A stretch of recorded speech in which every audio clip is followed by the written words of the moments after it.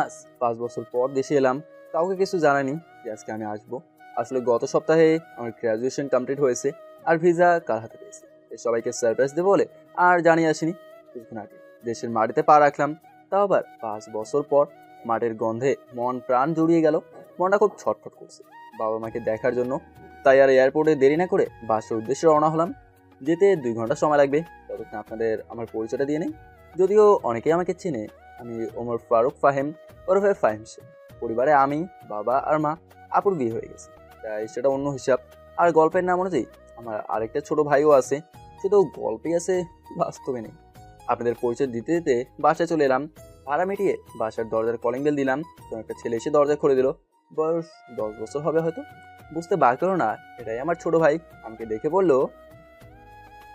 জি, কাকে চাই বলুন? আসলে ফোনে কখনো ওর সাথে কথা হয়নি, তাই চিনতে পারছি না। পুরো মোটো, এখন দেখি আগের থেকে আরো মোটা হয়ে গেছিস। আমাকে মোটু বলেই ডাকি। আমাকে মোটু বলতেছেন কেন? আর কে আপনি? কাকে চাই? মা, ও মা, দেখো তো কে এসেছে আর আমাকে মোটু বলতেছে।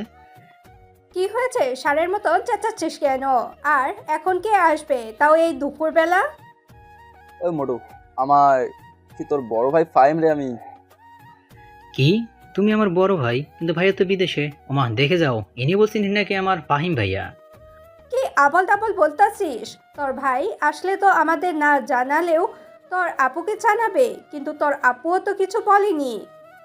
ওই মোটু, আর কতক্ষণ দরজায় দাঁড় করে রাখবি? দে ভাই ভেতরে যাই। এমনিতে সারা প্লেনে জার্নি করলাম, তারপর 2 ঘন্টা জার্নি করে বাসে আসলাম। আসলে তুমি ফাহিম ভাই তো? তোর চাপ তো। আর বল, মা কোথায় আছে? মা রান্নাঘরে আছে। আমি ভিতরে গিয়ে ডাইনিং রুমে ব্যাগ রেখে চলে গেলাম রান্নাঘরে। গিয়ে পেছন থেকে মায়ের চোখ দুটো হাত দিয়ে ধরে ফেললাম। এই কে কে আমার চোখ ধরেছে? দেখি বলো তো কে হতে পারে? কে আর হবে? আমার সেই দুষ্টু বাদর পোলা ছাড়া কে হবে? আমি চোখ ছেড়ে দিয়ে বললাম, তুমি কিভাবে বুঝলে যে আমি? আমি তোর মা, আমি না বুঝলে কে বুঝবে? তা এইভাবে কাউকে কিছু না জানিয়ে আসলি যে? লাস্ট সপ্তাহে গ্রাজুয়েশন কমপ্লিট হয়েছে, তাই চলে এলাম। আর সারপ্রাইজ দেবো বলে কাউকে জানাই নেই। আচ্ছা যা, গিয়ে ফ্রেশ হয়ে খেতে আয়, আমি খাবার রেডি করছি। আর তোর বাবাকে কল করে আসতে বলছি। আচ্ছা বলে ফ্রেশ হতে চলে গেলাম। ফ্রেশ হয়ে খাবার টেবিলে চলে এলাম। এসে দেখি বাবাও চলে এসেছে। আমাকে দেখে বাবা বলল, তা সায়েন্টিস্ট, দেশে কি গবেষণা করবেন নাকি আবার আমেরিকা চলে যাবেন? এটা কি হচ্ছে? আসতে না আসতেই যাওয়ার কথা বলতাছো? আরে এমনি বলতেছিলাম। আমেরিকার একটা গবেষণার থেকে অ্যাপয়েন্টমেন্ট এসেছে, ভাবতেছে কি করা যায়। তা বাবা, এখন তোমার শরীর কেমন আছে? এতদিন ভালো ছিল না, এখন তুই চলে এসেছিস, তাই তোকে দেখে আগের চেয়ে ভালো হয়ে গেছে। তুই কেমন আছিস তা না করেই আগেই কাজের কথা জিজ্ঞাসা করে ফেললাম। আর এটা তেমন কিছুই না, ভাবতেছিলাম বিকেলে একটু বের হবো। তো অনেক বছর পর দেশে এলাম, তাই নিজের এলাকাটাকে আবার নতুন করে দেখবো। আজকে না, কালকে সকালে চেয়েও, আজকে এমনিতেও অনেক জার্নি করে এসেছো। আচ্ছা ঠিক আছে। কথা বলতে বলতে দুপুরের খাবার শেষ, তারপর বিছানায় গিয়ে গায়ে লিয়ে দেওয়ার সাথে সাথেই ঘুমের দেশে চলে গেলাম। ঘুম থেকে উঠলাম, উঠে কনফিউশনে পড়ে গেলাম, তখন সকাল নাকি সন্ধ্যা। তারপর বিছানা ছেড়ে উঠে ফ্রেশ হয়ে নিচে নামলাম। তখন মা এসে নাস্তা করতে দিল, তখন শিওর হলাম যে এখন সন্ধ্যা। তারপর নাস্তা করে বের হলাম। অনেক বছর পর সেই চিরচেনা শহরে বের হলাম। এখানে অনেক কিছু পরিবর্তন হয়েছে। আমার ছোটবেলার অনেক বন্ধুরা এখনো এখানেই থাকে, কিন্তু শহরের অনেক পরিবর্তন হওয়ায় তাদের ঠিকানাই খুঁজে পাচ্ছি না। তাই আর আজকে কারোর সাথে দেখা করতে যাবো না, ঘোরাঘুরি করে বাসায় চলে এলাম। ভাবতেছি আবার যাওয়ার আগে পর্যন্ত বাবার ব্যবসা দেখাশোনা করবো। তাই রাতে খাবার টেবিলে বাবাকে বললাম, বাবা ভাবতেছি আমিও কাল থেকে অফিসে যাব, যতদিন দেশে আছি। আজকে তো মাত্র দেশে আসলি, আর কালকে থেকে অফিসে জয়েন করার কথা বলতেছিস? তো কি হয়েছে, এমনি তো বাসায় একা একা ভালো লাগে না। ভালো না লাগলে বিয়ে করে ফেল। পড়ালেখা শেষ করে ফেললি আর ভালো একটা চাকরিও পেয়েছিস। মা, আমি আসতে না আসতেই তুমি আবার বিয়ের জন্য উঠে পড়েছো? এমন করলে কিন্তু আমি আগামী সপ্তাহে চলে যাব। আরে থাক না, কিছুদিন যাক, তারপর না হয় এই বিষয়ে আলোচনা করা যাবে। তা ফাহিম, সেখানে কি তোর কোনো পছন্দের কেউ আছে নাকি? যদি থাকে তাহলে আমাদের ঝামেলাটা কমে যাবে। দূর, আমি থাকবোই না এখানে, আগামী সপ্তাহে চলে যাব।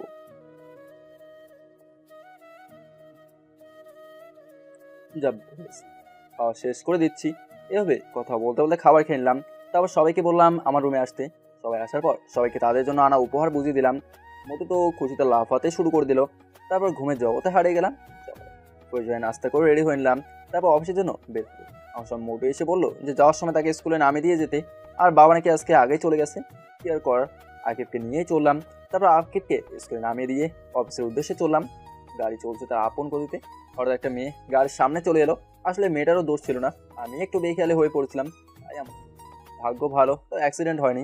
আমি তার আগে ব্রেক মেরে দিয়েছি। গাড়ি একেবারে মেয়েটার কাছে গিয়ে থামলো। মেয়েটা ভয় পেয়ে চোখ বন্ধ করে ফেলেছে মনে হয়। তাই আমি তাড়াতাড়ি গাড়ি থেকে নেমে মেয়েটার সামনে গেলাম, গিয়ে জিজ্ঞাসা করলাম আর ইউ ফাইন। মেয়েটা চুপ করে আছে। তারপর জিজ্ঞাসা করলাম আপনি কি ঠিক আছেন, কোথাও লাগেনি তো আপনার? হালকা ধাক্কা দিয়ে বললাম। তখন মেয়েটা চোখ খোলে, তখনও কিছু বললো না। তাই আবার জিজ্ঞেস করলাম আপনি কি ঠিক আছেন নাকি কোথাও লেগেছে আপনার, ডাক্তারের কাছে নিয়ে যেতে হবে নাকি? তখন মেয়েটা বললো না, আমি ঠিক আছি। বলে মেয়েটা চলে যেতে লাগলো। আমি পেছন থেকে অনেক ডাকলাম কিন্তু কোনো রেসপন্স করলো না। তা আমিও আবার গাড়িতে উঠে অফিসের উদ্দেশ্যে চললাম। কিছুক্ষণ পর অফিসে চলে এলাম। সেখানে গিয়ে দেখি খুব সুন্দর করে অফিস সাজানো, আর সবাই ফুলের তোড়া নিয়ে গেটে নিয়ে দাঁড়িয়ে আছে। আমি গাড়ি থেকে নামা মাত্র সবাই একে একে এসে আমাকে ফুলের তোড়া দেওয়া শুরু করলো, তাদের স্বাগতম প্লাস অভিনন্দন জানাচ্ছে। এসব শেষে বাবা এসে বললেন কি হলো তোর, এত দেরি হলো কেন? আসলে বাবা রাস্তায় একটা সমস্যা হয়েছিল, তাই আসতে একটু দেরি হয়েছে। ও আচ্ছা, ঠিক আছে, আয় সবার সাথে পরিচিত হয়ে নে। পরে আমরা আমার কেবিনে যাই। তারপর একে একে সবার সাথে পরিচিত হয়ে বাবার সাথে তার কেবিনে গেলাম। তারপর বাবা আমাকে কাজ বোঝাচ্ছেন। তারপর পিয়ন এসে কফি দিয়ে গেল। আমি আর বাবা কফি খাচ্ছি আর কাজের বিষয় দেখছি। তখন বাবা বলল শোন, আমি কালকে একটা কাজে মালয়েশিয়া যাব 3 দিনের জন্য, আর এই 3 দিন তোকে অফিস সামলাতে হবে। আচ্ছা তা না হয় হবে, কিন্তু কি কাজে যাবে তা তো বলো। আর এই 3 দিন কোনো মিটিং কি আছে নাকি? অফিসের কাজে যাব, আর কালকে 3টা মিটিং আছে, আর বাকি সব তোকে ম্যানেজার সাহেব বুঝিয়ে দিবে। আর মিটিংয়ে উনি তোর সাথে থাকবেন। তোর যদি কোনো সমস্যা হয় তাহলে ওনাকে বলবি, উনি তোকে সব রকম সাহায্য করবেন। এইভাবে বাবা ছেলে কাজের ব্যাপারে কথা বলতে বলতে লাঞ্চের টাইম হয়ে গেল। তাই ক্যান্টিনে গিয়ে লাঞ্চ করে নিলাম। আমাদের ক্যান্টিনে দেখে সবাই অবাক হয়ে গেল। আসলে বাবা বলেছিল রেস্টুরেন্টে গিয়ে লাঞ্চ করতে, কিন্তু আমি বললাম ক্যান্টিনে যেতে। আমার সাধারণ মানুষের মতো চলাফেরা করতেই ভালো লাগে। তাই সবাইকে বললাম কি হলো আপনারা লাঞ্চ করা বন্ধ করে দিলেন কেন? সবাই যার যার মতো লাঞ্চ করে কাজে যান। আসলে স্যার আপনি আমাদের সাথে ক্যান্টিনে বসে খাবেন তাই একটু অবাক হলাম। অবাক হওয়ার কিছুই নেই, আমিও আপনাদের মতো একজন মানুষ। তাই সবাই নিজেদের মতো লাঞ্চ করে নিজেদের কাজে ফিরে যান। তারপর বাবা আর আমি লাঞ্চ করে কেমনে চলে গেলাম। তারপর আবার কাজ করা শুরু করলাম। কখন যে সন্ধ্যা হয়ে গেল তা বুঝতেই পারলাম না। হঠাৎ ফোনটা চিল্লানি শুরু করে দিল। তাই ফোন উঠালাম, উঠে দেখি মা কল দিয়েছে। তাই কল রিসিভ করলাম। পরে মা বললো কিরে, বাসায় কি আজকে আর আসবি না? মার কথা শুনে আমি ঘড়ির দিকে তাকলাম। তাকে দেখি 6টা বেজে গেছে। আমি মাকে আসছি বলে কল কেটে দিলাম। অফিস থেকে বের হয়ে গাড়িতে উঠে গাড়ি স্টার্ট করলাম। তখন আবার ফোন চিল্লানি দেওয়া শুরু করলো। চাপ বাবা, এখন আবার কল দিল কিল্লায়। কল রিসিভ করার পর বাবা বললো এই শোন, আমি না আকিবকে তার ম্যাডামের বাসা থেকে আনতে ভুলে গেছি। তুই তো মনে হয় অফিস থেকে বের হয়ে গেছিস, তাই একটু আসার পথে তাকে নিয়ে আসিস। আচ্ছা তুমি ঠিকানা তো আমি আসার সময় নিয়ে আসবো নি। নিয়ে আসছিস, কিন্তু ও একাই আসতে পারতো, কিন্তু রাত হয়ে গেছে তাই তোকে বললাম নিয়ে আসতে। আমি বাবার দেওয়ার ঠিকানা চলে গেলাম, গিয়ে কলিং বেল বাজালাম। তখন যে দরজা খুলে দিল তাকে দেখে আমি হা হয়ে গেছি। তখন মেয়েটা আমাকে দেখে একটু রাগি ভাব নিয়ে আমার দিকে তাকালো আর জিজ্ঞাসা করলো আপনি এখানে কেন? আমার পিছু করছে না তো? আসলে আমার ভাই এখানে প্রাইভেট পড়ে, রাত হয়ে গেছে তাই ওকে নিতে এসেছি। আপনিও মনে হয় এখানে পড়েন তাই না? মিথ্যা বলার জায়গা পান না? এখানে যে পড়ে তার কোনো বড় ভাই নাই। তাহলে কি ভুল ঠিকানা চলে এলাম নাকি? হতে পারে, আবার হতে পারে আপনি আমার পিছু করছেন। তাই বাবাকে কল দিলাম। রিসিভ করলে আমি বললাম বাবা ঠিকানা কি ঠিক দিয়েছো নাকি ভুল? ঠিকানা ভুল হবে কেন? ঠিকানা তো ঠিকই দিয়েছি।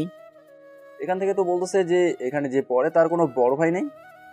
আচ্ছা তুই ওকে কল দে, আমি কথা বলছি। তারপর মেয়েটার হাতে মোবাইলটা দিলাম। বাবা জানি মেয়েটাকে কি বললো। কথা শেষ করে মেয়েটা আমাকে বললো ভেতরে গিয়ে বসতে। আমি ভেতরে গিয়ে বসলাম। তখন একজন মহিলা আর একজন বয়স্ক লোক এলো। বয়স 45 বছরের মতো হবে মনে হয়। সম্ভবত এনারা এই মেয়ের বাবা মা। তাই আমি ওনাদের সালাম দিলাম। তারপর তাদের সাথে কথা বলছিলাম।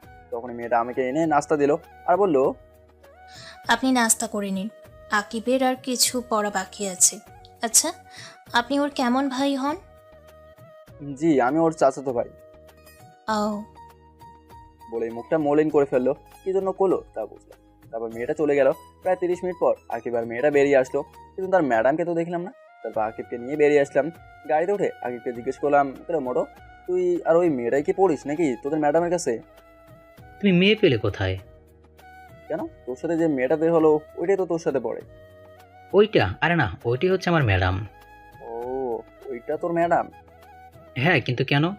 কিছু না, এমনি জিজ্ঞাসা করলাম আর কি। তারপর দুই ভাই আরো অনেক কথা বলতে বলতে পাশে চলে আসলাম। পরে রুমে গিয়ে ফ্রেশ হয়ে নিলাম। তারপর মায়ের কাছে চলে গেলাম। মাকে গিয়ে বললাম, মা একটা কথা বলবো? বল, কি বলবি?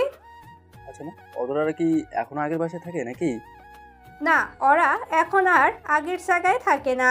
তুই চলে যাওয়ার কিছুদিন পরেই তারা অন্য জায়গায় চলে গেছে। কিন্তু হঠাৎ তুই তাদের কথা জিজ্ঞাসা করছিস কেন? না, এমনি বলছিলাম, সেই কবে যে তাকে দেখেছিলাম এখনো মনে হয় আগের থেকে অনেক সুন্দর আর কিউট হয়েছে হয়তো। হতে পারে, কিন্তু তুই এসব বলতেছিস কেন? তুই কি ওকে পছন্দ করতি নাকি? আর করলেও লাভ নাই। কেন? ওর বাবা মা 1 বছর আগে মারা যায়। এখন সে তার মামার বাসায় থাকে। আর গত বছর তার বিয়ে হয়ে গিয়েছে শুনছি। কথাটা শুনে মনটা খারাপ হয়ে গেল। তো মাকে বুঝতে না দিয়ে জিজ্ঞেস করলাম, আচ্ছা বাবা কোথায়? রুমে আছে, কালকে নাকি বিদেশে যেতে হবে মিটিংয়ের কাছে, বসে বসে তাই দেখতাছে। বলে রুমে এসে পড়লাম। রুমে এসে বসলাম, তখন একটা মেল এলো। মেলটা দেখে অবাক হয়ে গেলাম, কারণ আমাদের একটা এক্সপেরিমেন্ট করার কথা ছিল, আর সেটা আগামী মাসের 7 তারিখে শুরু করার কথা ছিল। কিন্তু সেটা নাকি আগামী সপ্তাহে শুরু হবে। শিওর হওয়ার জন্য সিয়ামকে কল দিলাম। সিয়াম আমার classmate. Hello, who are you? Hi Siyam, it's me Fahim. Oh, how are you দোস্ত? I am fine. Would you receive any mail from SST lab? Wait, just I received a mail from lab. Your experiment will be start on 20 December. So when you are come back USA? I will be back next Friday. Okay, see you soon, USA. Okay, bye. See you soon. তারপর call কেটে দিয়ে বাবার কাছে গিয়ে বললাম, বাবা আসবো? আয়, কিছু বলবি নাকি? আসলে ইউএসএ থেকে মেল এসেছে যে আমাকে শুক্রবার আবার ফিরে যেতে হবে। তার মানে তুই শুক্রবারেই চলে যাবি? হ্যাঁ, শুক্রবারই যেতে হবে। তা না হয় বুঝলাম, কিন্তু গেলে আসবি কবে? যতদিন না কাজ শেষ হয় ততদিন আসতে পারবো না। ও, তাহলে আর 4 দিন বাকি আছে, তারপরে তুই চলে যাবি। কে চলে যাবে 4 দিন পরে? ফাহিম ইউএসএ থেকে মেল এসেছে, তাই তাকে কাজের জন্য শুক্রবারই চলে যেতে হবে। তা বাবা, এইবার গেলে আসবি কবে? সেটা বলা যাবে না, যতদিন না কাজ শেষ হয় ততদিন দেশে ফেরা যাবে না। হো, তাহলে তো তোকে যেতেই হবে। তারপর আবার রুমে চলে এলাম। কিছুক্ষণ পর মা এসে খাবার জন্য ডেকে গেল। সবাই একসাথে রাতের খাবার খেলাম। পরে রুমে এসে দিলাম এক ঘুম। সকালে ঘুম থেকে উঠে ফ্রেশ হয়ে রেডি হয়ে নাস্তার টেবিলে চলে গেলাম। নাস্তা করে বাবাকে এয়ারপোর্ট ড্রপ করে আমি অফিসে চলে গেলাম। সকালে 11টায় একটা মিটিং ছিল, সেটা করে নিলাম। তারপর সিয়ামকে আবার কল দিলাম। আমি ইংলিশে একটু খারাপ, তো বাংলাতেই বলতেছি। হ্যাঁ ফাহিম, বল। আচ্ছা, তুই আমার টিকিট কনফার্ম কর, আমি শুক্রবার এয়ারপোর্ট থেকে রিসিভ করে নেব। আচ্ছা, তা না হয় করে দিলাম। তা দোস্ত, মেয়েটা কেমন রে? কোন মেয়ের কথা বলতেছিস? যে আমার বন্ধুটার রাতের ঘুম কেড়ে নিয়েছে। দূর, তুই যে কি সব আবল বলতেছিস কিছুই বুঝতেছিস না। আচ্ছা এখন ভাই, পরে কল দেবো নি। আচ্ছা ভাই। কল কেটে দিয়ে আবার অফিসের কাছে মনোযোগ দিলাম। সন্ধ্যায় কাজ শেষ করে বাসায় ফেলাম। বাসায় ঢোকার সাথে সাথে কিছুর সাথে যেন আঘাত লাগলো। খুবই নমনীয় বস্তু, কারণ দেয়াল তো শক্ত, এত নরম না। ভাবা বন্ধ করে কি হয়েছে দেখার জন্য সামনে তাকালাম। তাকে দেখে আকিবের টিচার মাটিতে পড়ে আছে। দেখে মনে হচ্ছে ব্যথা পেয়েছে, তাই আমি ডান হাত বাড়িয়ে দিলাম। মেয়েটা আমার হাত ধরে উঠে দাঁড়ালো। তখন মা এসে জিজ্ঞাসা করলো, কি রে, এখনো পিচ্ছি আছিস নাকি? কেউ এইভাবে চেঁচায় নাকি? কেন, আমি কি খুব বড় হয়ে গেছি নাকি? না, তুমি তো কচি খোকা। আসো, তোমাকে টিফিন খাওয়াই। কি রে মা, তুই হাতে ব্যথা পেলি কিভাবে? কিছুই হয়নি আন্টি। আসলে মা, উনি মনে হয় বের হচ্ছিলেন আর আমি ভেতরে আসছিলাম। তখনই আমি ওনার সাথে ধাক্কা খাই আর উনি পড়ে যায়। আর পড়ে গিয়ে মনে হয় উনি হাতে ব্যথা পেয়েছে। এত বড় হয়ে গিয়েছিস, এখনো দেখে চলাফেরা করতে পারিস না? দেখ তো, তোর জন্য মেয়েটা কেমন একটা ব্যথা পেয়েছে। আকি, ফার্স্ট এড বক্সটা নিয়ে আয় তো তাড়াতাড়ি। আন্টি, এর কোনো দরকার নেই। তুই চুপ কর, কোনটা দরকার সেটা আমি বুঝবো। তুই চুপ করে বসে থাক। এমনভাবে সেবা করছে দেখে মনে হচ্ছে ছেলের বউয়ের সেবা করছে। ঠিকই বলেছিস, ছেলের বউই তো। আমি কখন কি বললাম আবার? আর তোমার কোনো ছেলের বউ? কেন, তোর বউ? আমি কবে বিয়ে করলাম? আর এনাকে তো আমি ভালো করে চিনিও না। ওর নাম হলো ইশরাত জাহান অধরা। আমরা ওকে ইশরাত বলেই ডাকি, আর ওর সাথেই তোর বিয়ে ঠিক হয়ে আছে। আমি বিয়ে করব না, কখন নই। তুই করবি না, তোর বাপ করবে। বাবাকেই করাও, তাহলে তোমার একটা সতীন হবে। দাঁড়া হতচ্ছাড়া, দেখাচ্ছি বিয়ে কিভাবে না করিস। আন্টি আমি গেলাম। আরে কই যাস? নাস্তা করে যা, আমি এখনই এনে দিচ্ছি। আর রাতের খাবার না খেয়ে তোকে যেতে দিব ভাবলে কিভাবে? আন্টি আজকে না, অন্য একদিন। এখন থেকে তো আকিবকে এখানে এসে পড়াবো। সেটা পরে দেখা যাবে, এখন বস, রাতের খাবার খেয়েই যাবে। আর আমি এখন নাস্তা এনে দিতেছি, বস। তুই এখনো দাঁড়িয়ে আছিস কেন? যা গিয়ে ফ্রেশ হয়ে নে। যাচ্ছি যাচ্ছি, এমন করে তো এখানে টিকাই যাবে না। আমি কালকেই চলে যাব, তখন দেখবো। আরে আমার সাথে এমন করো। যেদিনই যাস, যাওয়ার আগে তোকে বিয়ে করাবো। সেটা দেখা যাবে নি, আমি বিয়ে করব না মনের মতো কাউকে যতক্ষণ না পাই। আমিও দেখে নিব কি করে তুই বিয়ে না করিস। সেটা বিয়ের কথা শুনে মনে হয় লজ্জা পেয়েছে, মুখ পুরো লাল হয়ে গেছে। আমি গিয়ে ফ্রেশ হয়ে নিলাম, পরে আকিবের কাছে গেলাম, গিয়ে বললাম, কিরে মোটো, কি করিস? কি আর করব, ম্যাডাম যা পড়া দিয়েছে সেগুলোই পড়তেছি। ম্যাডাম কি চলে গেছে নাকি? কেন, ম্যাডাম চলে গেছে কি না জানতে চাইছিস? একটু টিভি দেখতাম আর কি, একটা নতুন কার্টুন হচ্ছে সেটা দেখতে হবে তাই জিজ্ঞাসা করলাম। না, আম্মু তোর ম্যাডামকে নাকি তোর বউ করবে, তাই বসিয়ে রেখেছে, বলেছে রাতের খাবার খেয়ে যেতে। আমার বউ না তোমার বউ বানাবে, এটা হচ্ছে অধরা আপন যাকে তুমি ভালোবাসো। আমি ভালোবাসি কি যাতা বলছিস এসব? কে কি সব বলতাছে? কই কিছু না তো, বলছিলাম কি বিয়েটা যখন করতে হবে তাহলে কালকেই করে নিই। চাইতেছিলাম বউকে একেবারে সাথে করে নিয়ে যাব। কিছুক্ষণ আগেই না বললি বিয়ে করবি না, এখন বলছিস বিয়ে করে বউকে সাথে নিয়ে যাবি? কিছুই তো বুঝতে পারছি না। আসলে মা ভাইয়া, পুরোটা বলার আগে একেবারে মুখ চেপে ধরলাম। বড়দের মাঝখানে কথা বলতে নেই মোটো, সেটা কি জানিস না?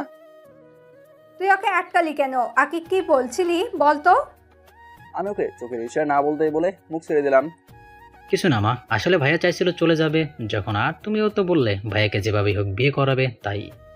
সত্যি তো? মিথ্যে কেন বলবো তোমার সাথে? তাহলে কি কালকে বিয়ের ব্যবস্থা করবে নাকি? জি না, এখন আর আপনাকে বিয়ে আপনি যাওয়ার আগে করানো যাবে না। আগে আমাকে জানতে হবে কি জন্য এই সময়ের মধ্যে আপনি রাজি হয়ে গেছেন। তোর ভালো লাগে না, আমি কালকেই চলে যাব বলি সিয়ামকে কল দিলাম। এই সিয়াম, listen, I will be back on first flight tomorrow, so you confirm the ticket and let me know. Okay, I will let you know by cutting the ticket. Okay bye বলে call কেটে দিলাম। পরে রুমে গিয়ে packing করে নিলাম, তারপর সন্ধ্যায় নাস্তা করে রুমে চলে এলাম। এসে বাবাকে কল দিয়ে জানিয়ে দিলাম যে আমি কালকেই চলে যাব। বাবা জানতে চেয়েছিল কি হয়েছে, আমি কিছুই বলিনি। তারপর হালকা একটা ঘুম দিলাম, মায়ের ডাকে ঘুম ভাঙলো। ঘুম থেকে উঠে ফ্রেশ হয়ে রাতের খাবার খেয়ে নিলাম। খাবার খেয়ে নিয়ে রুমে এসে বসেছিলাম। এমন সময় সিয়াম কল করে জানালো যে কাল সকাল 10টায় ফ্লাইট। আমি বললাম আচ্ছা ঠিক আছে। তারপর মা এসে বললো, এই শোন, বলো কি বলবা? আরেকটা কথা, কালকে সকালে আমি চলে যাব, 6টায় বাসা থেকে বের হব। সত্যি তো চলে যাবি? তা গেলে যাবি, তাতে কার কি আসে যায়? যা বলতে এসেছিলাম, আকিবের ম্যাডামকে বাসায় দিয়ে আয়। অনেক রাত হয়ে গেছে, তার উপর একটা মেয়ে সে। রাস্তায় যদি কিছু হয়ে যায়, তাই তুই তাকে বাসা পর্যন্ত দিয়ে আয়। আমি যেতে পারবো না, ড্রাইভারকে বলো দিয়ে আসতে। ড্রাইভার তো চলে গেছে। চলে গেছে মানে? এখন কটা বাজে? ড্রাইভার চলে গেছে? এখন রাত 11টা বাজে। আর কোনো কথা না বলে ওকে দিয়ে আয়, না হলে এই ঘরে তোর কোনো জায়গা হবে না। কি আর করার, এক প্রকার বাধ্য হয়ে অদরাকে নিয়ে গেলাম। রাস্তায় যাওয়ার সময় একটা কথাও বলেনি। তারপর ওকে ড্রপ করে বাসে চলে এলাম। তারপর ফ্রেশ হয়ে দিলাম এক ঘুম। সকালে ঘুম থেকে উঠে ফ্রেশ হয়ে লাগেজটা গুছিয়ে নিলাম। রাতেই গোছানো ছিল, কিন্তু কিছু জিনিস গোছানোর বাকি ছিল, সেগুলো গুছিয়ে নিলাম। তারপর রেডি হয়ে ড্রাইভারকে কল দিলাম গাড়ি বের করার জন্য। তারপর বেরিয়ে পড়লাম। 9টার সময় ফ্লাইট, আজ একেবারে বন্ধ, তাই তাকে সাথে করে নিয়ে এসেছি। আর বাবার ফ্লাইটও সকাল 11টায় ল্যান্ড করবে, তাই সে বাবার সাথে চলে যাবে। আর গাড়ি তো আসেই। তারপর আকিবের কাছ থেকে বিদায় নিয়ে এয়ারপোর্টের ভিতরে প্রবেশ করলাম। ভিতরে গিয়ে সব ঝামেলা শেষ করে নিলাম, সাথে টিকিটও কালেক্ট করে নিলাম। আর এয়ারপোর্টে ঢোকার আগে আকিবের কাছে একটা গিফট দিয়ে এসেছি, বলেছি এটা অদরকে দিয়ে দিতে, আর মাকে যেন কিছু না জানায়। তারপর প্লেনে গিয়ে বসে পড়লাম। এখন 9টা 30 বাজে, এখন শুধু অপেক্ষা কখন প্লেন ছাড়বে। প্রায় 40 মিনিট পর প্লেন তার গন্তব্যের উদ্দেশ্যে রওনা দিল। দীর্ঘ জার্নি করার পর আমেরিকা পৌঁছে গেলাম। তারপর এয়ারপোর্ট থেকে ট্যাক্সি নিয়ে ফ্লাইট এর উদ্দেশ্যে রওনা দিলাম। ফ্লাইটে পৌঁছে গিয়ে কলিং বেল বাজালাম। সিয়াম এসে দরজা খুলে দিল। ভেতরে গিয়ে ফ্রেশ হয়ে নিলাম। তারপর বাসায় কল দিয়ে জানিয়ে দিলাম যে আমি এখানে পৌঁছে গেছি। জানিয়ে একটা ঘুম দিলাম, কারণ এখানে এখন সকাল আর বাংলাদেশের রাত, তাই কিছুদিন সমস্যা হবে। আমি ঘুমিয়ে যাওয়ার পর সিয়াম শপিং মলে চলে গেল। শপিং থেকে খাবারের সব জিনিস নিয়ে এলো। আসলে এখানে সিয়াম তার বউর সাথে থাকে। গত সপ্তাহে ওদের বিয়ে হয়েছে। আমি যাওয়ার আগেই ওদের বিয়েটা করে দিয়ে যাই, কিন্তু তাদের বিয়েটা ফ্যামিলিগতভাবেই হয়। সিয়ামের বউয়ের নাম হচ্ছে ওরিন। তারা এখানেই থাকে, কিন্তু তারা বাংলাদেশি। কী করে এটা হলো ভাবছেন তো? তাহলে চলুন শুরু থেকে বলি। 5 বছর আগে আমার সায়েন্টিস্ট হওয়ার স্বপ্ন পূরণ করার জন্য একটা স্কলারশিপের আবেদন করি, আর কিছু মাস পরে সেটা পেয়েও যাই। আর সেটা আমেরিকার ছিল, তাই এই সুযোগ হাতছাড়া করতে চাইনি। তারপরেই আমি আমেরিকা চলে আসি আপনজনদের ছেড়ে। এখানে এসে তেমন কাউকেই চিনতাম না, ভার্সিটি হলেও জায়গা ছিল না। তখনই আমাকে সিয়ামের সাথে দেখা হয়। তারপর সিয়ামের সাথে আমার প্রবলেমটা শেয়ার করার পর সে বলে তার সাথে থাকতে। তার সাথে তার আরেকটা বন্ধুও থাকে, তার নাম মানে রিয়াজ। তারপর থেকেই আমরা একসাথে থাকি। আর সিয়ামের বউ হচ্ছে আমাদের বাড়িওয়ালের মেয়ে, আর ভার্সিটি থেকে এদের রিলেশন। আর আমাদের বাড়িওয়ালা আমাকে খুব পছন্দ করতো, যে আমার সাথে অরিনের বিয়ে দিতে চেয়েছিল, কিন্তু আমি মানা করে দিই, কারণ ভালো একজনকেই ভালোবাসা যায়, আরেকজনকে নয়। আর অন্যজনকে ভালোবাসাটা ভালোবাসা না, এটা হচ্ছে চোখের মোহ বা টাইম পাস। আর আমি অধরাকে ভালোবাসতাম, তাই বাড়িওয়ালাকে মানা করে দিয়েছিলাম। অনেক কষ্টে বাড়িওয়ালাকে রাজি করেছিলাম অরিন আর সিয়ামের বিয়ে দিতে। তাদের বিয়ের পর আমিও চলে যাই দেশে। তারপর সেদিন মা যখন বললো যে অধরার বিয়ে হয়ে গেছে, তখন খুব কষ্ট হয়েছিল, কিন্তু আকিবের কাছ থেকে জেনে পরে আবার খুশিতে নাচতে মন চাচ্ছিল। আর বাকিটা তো আপনার জানেন। সিয়াম মার্কেট থেকে আসার পর অরিনকে রান্না করলো, আমি গিয়ে গোসল করে নিলাম। তারপর সবাই একসাথে লাঞ্চ করলাম। বিকেলে সবাই মিলে অনেকক্ষণ আড্ডা দিলাম। পরে সন্ধ্যায় আমি সিয়াম আর মেঘ ঘুরতে বের হলাম রাতের আমেরিকাতে। খুবই চমৎকার। মায়ের উপরে রাগ দেখে তো চলে এলাম, এখন আর ভালো লাগছে না। বাইরে ঘোরাঘুরি করে রাত 10টায় বাসায় এলাম। এসে ফ্রেশ হয়ে নিলাম। তারপর রাতের খাবার খেলাম। আঙ্কেল আন্টির সাথে কিছুক্ষণ আড্ডা দিয়ে ঘুমাতে চলে গেলাম। ঘুমানোর আগে কল দিয়ে বাবা মায়ের সাথে কথা বললাম। পরে এক একটা জিজ্ঞাসা করলাম, কিরা মোটো কেমন আছিস? জি আমি ভালো আছি ভাইয়া, তুমি কেমন আছো? আলহামদুলিল্লাহ, আমিও ভালো আছি। তা আজকে কি তোর ম্যাডামের কাছে পড়তে গেছিলি নাকি? হ্যাঁ ভাইয়া গিয়েছিলাম, আর সেটাও দিয়ে এসেছি, কিন্তু সেটা দেখি এমন আছে যে আমাকেও দেখতে দিলে না। কালকে পড়তে গেলেই দেখতে পাবি। আচ্ছা এখন রাখি, ঘুমাবো। সকালে উঠে কল দেবো নি। এখন ঘুমাবে কেন? এখন তো সকাল। ওরে গাধা, এটা আমেরিকা। বাংলাদেশের সকাল হলে এখানে রাত, আর এখানে সকাল হলে বাংলাদেশের রাত। তুই কি তোদের সমাজ বই পড়িসনি নাকি? ও আচ্ছা ভাই। তারপর ফোন রেখে দিলাম এক ঘুম। হঠাৎ ফোনের চিল্লানির আওয়াজে ঘুম ভেঙে গেল। দূর শালা, এখন আবার কে ফোন দিল? মাত্র ঘুমাইলাম। বিরক্তি বোধ নিয়ে ফোনের দিকে তাকিয়ে দেখি বাংলাদেশের নাম্বার, কিন্তু এটা তো বাবা মা বা আপন নাম্বার না। এসব ভাবতে ভাবতে কলটা কেটে গেল। আবার কল আসায় ভাবনার জগৎ থেকে বেরিয়ে এসে কল রিসিভ করলাম। কল রিসিভ করলে আমি বললাম, আসসালামু আলাইকুম, কে বলছেন? ওয়ালাইকুম সালাম। লেখক সাহেব কেমন আছেন? জি আলহামদুলিল্লাহ ভালো, আপনি কেমন আছেন? আর কে? কি করতেছেন এখন? আগে বলুন তো আপনি কে, কারণ বাংলাদেশে আমার নাম্বার আমার বাবা মা ছাড়া আর কেউ জানে না, কিন্তু আপনি পেলেন কোথায়? আস্তে আস্তে সব জানতে পারবেন। আমি এখনই করে আমি কথা শেষ করার আগে কলটা কেটে দিল। আমি আবার দিলাম, আরে আবার ঘুমটা ভেঙে গেল সে আমার ডাকাডাকির কারণে। তাই ঘুম থেকে উঠে ওকে দিলাম কিছুক্ষণ উত্তম মাধ্যম ধোলাই, কিন্তু মেঘকে দেখতে পেলাম না। সেমকে জিজ্ঞাসা করে জানতে পারি ওনাকে ভার্সিটি গেছে, কিন্তু ও তো আমাদের সাথে ডিগ্রি নিয়েছে। আরে তুই বুঝতে পারছিস নি ও কেন গিয়েছে? কেন? আরে বেটা, 2 দিনেই ভুলে গেলি? মেঘ লুচ্ছামি করতে ভার্সিটি গিয়েছে। শালাই এখনো ভালো হয়নি, এখনো সে লুচ্চামি করে। এ লুচ্চামি করতে গিয়ে যে মেঘ কত মেয়ের হাতে মায়ের খাইছে তা হিসাবের বাইরে। এরই মধ্যে আগমন অরিনের এসে আমাকে জিজ্ঞাসা করলো, ভাইয়া কার কথা বলছেন? কে মেয়েদের হাতে মার খেয়েছে? কে আবার? তোমার গুণধর স্বামী। সেমের দিকে তাকিয়ে বললাম, ভাইয়া সত্যি বলছেন তো নাকি? ওরেন তুই আমার ছোট বোনের মতো, আমি তোকে মিথ্যা বলবো এটা তুই ভাবতে পারলি কি করে? বুঝতে পারছি তোরা কেউ আমাকে দেখতে পারিস না, তা আমি ঠিক করেছি আমি এখান থেকে চলে যাবো।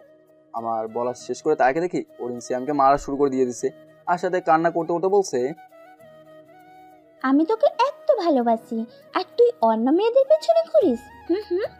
কেন এখন কি আমাকে আর ভালো লাগে না? আরে ফাহিম এগুলো মজা করে বলেছে, আমি এমন কিছু করি নাই। তাদের এই রোমান্টিক ঘটনা দেখে বললাম, এই তোরা এভাবেই থাক। বলে আমি কিছু ছবি তুলে নিলাম। এসবের মানে কি ভাইয়া? আসলে আরেকবার পরীক্ষা করে দেখে নিলাম যে তোমাদের দুজনের ভালোবাসা একই রকম আছে কি না। তাই বলে তুই এটা করবি? দাঁড়া দেখাচ্ছি মজা। বলে সিয়াম উঠলো আমাকে তাড়া করার জন্য, কিন্তু আমাকে আর পাইকে এক দৌড় দিয়ে বেরিয়ে আসলাম। তারপর বেরিয়ে পড়লাম। এক বিপদে দৌড়ে তো চলে এলাম, কিন্তু গাড়ির চাবি তো আনেনি। আবার ফিরে গিয়ে চাবি নিয়ে এলাম, তারপর গাড়িতে উঠে গাড়ি স্টার্ট দিলাম। পরে কিছুক্ষণ ঘোরার উদ্দেশ্যে বাসা থেকে বের হলাম, কিন্তু যাওয়ার পর দেখি বাকিরা মানে রাকিবা দাঁড়িয়ে আছে। তাকে দেখে গাড়ি দাঁড় করলাম। রাকিবা হচ্ছে আমার এক ফ্রেন্ডের সাথে পরে পরিচয় করে দেবো নি। তারপর গাড়ি থেকে রাকিবার কাছে গিয়ে জিজ্ঞেস করলাম, হে রাকিবা, কেমন আছো? আরে তুমি এখানে? আমি ভালো আছি। তা ফিরলে কবে? এই তো গতকাল রাতে। তা এখানে কি করো? এই তো একটু বের হয়েছিলাম, এখন বাসে যাব। তা এত তাড়াতাড়ি ফিরে আসলে যে? এখানে একটা কাজ পড়েছে, তাই চলে এসেছি। তা এখানে থাকার চিন্তা করছো নাকি?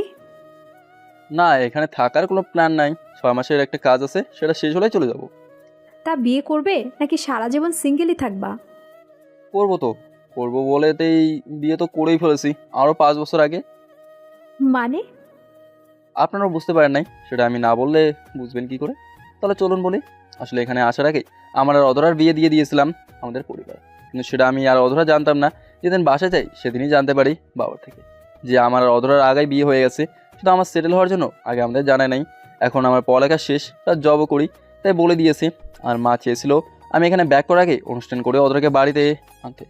মা মনে করেছিল যে আমি বিয়ের বিষয়ে জানি না, তাই মা বলেছিল যে আকিবের টিচারকেই বিয়ে করতে হবে। আশা করি সবাই বুঝতে পারছেন, সাথে রাকিবাও বুঝে গেছে।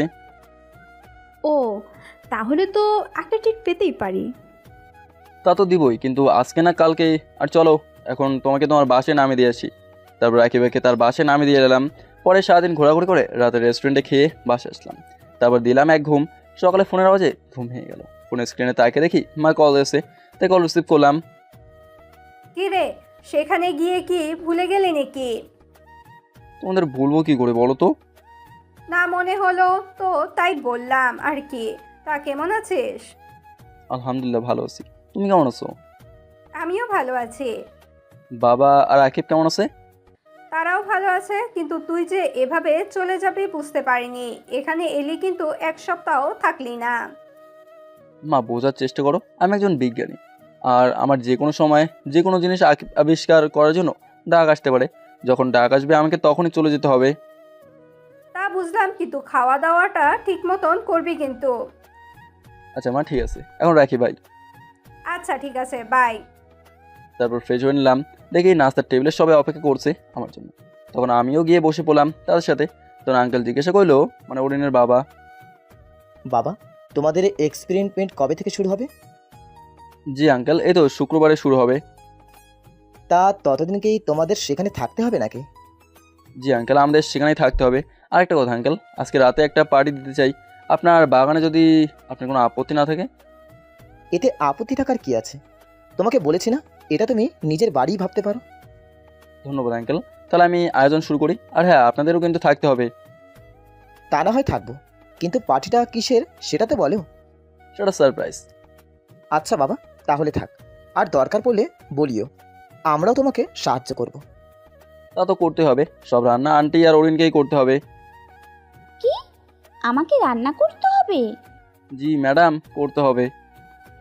আচ্ছা ঠিক আছে, কিন্তু কয়জন আসবে? বেশি না, আমরা যতজন বন্ধু আছি তারাই। আর তাদের সাথে শুধু সাব্বিরের বোন আসবে। আর শোনো, সব কিন্তু বাঙালি খাবার রান্না করতে হবে। ও, তাহলে তো কোনো ব্যাপারই না।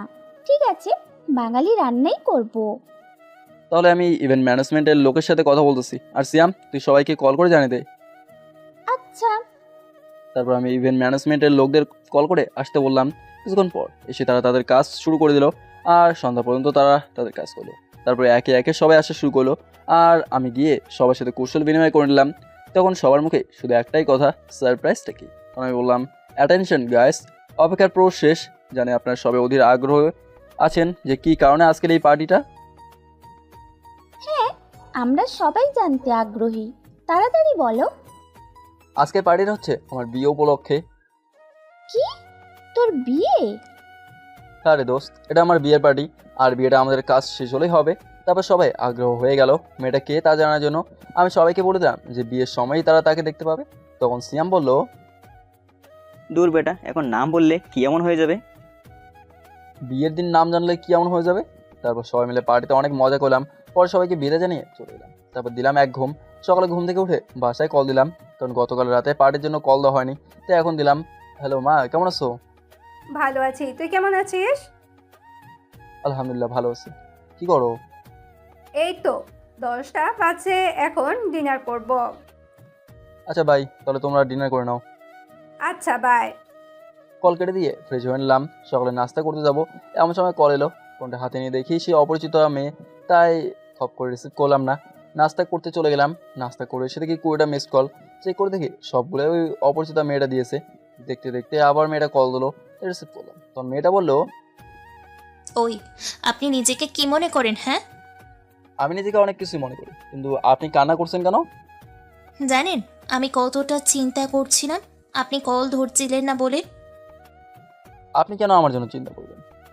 কলটা কেটে দিল, কোনো উত্তর না দিয়ে চিন্তায় পড়ে গেলাম, কি এই মেয়েটা আর কল করে কি সব বকলো।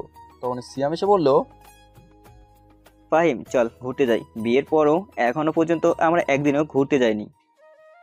আজকে ভালো লাগছে না, আমি যাবো না, তোরাই গিয়ে ঘুরে আয়। আমাদের সাথে চল, ঘুরলে তোর মনটা ভালো হয়ে যাবে। আমি আর ওরের নিচে অপেক্ষা করছি, 5 মিনিটের মধ্যে নিচে চলে আয়।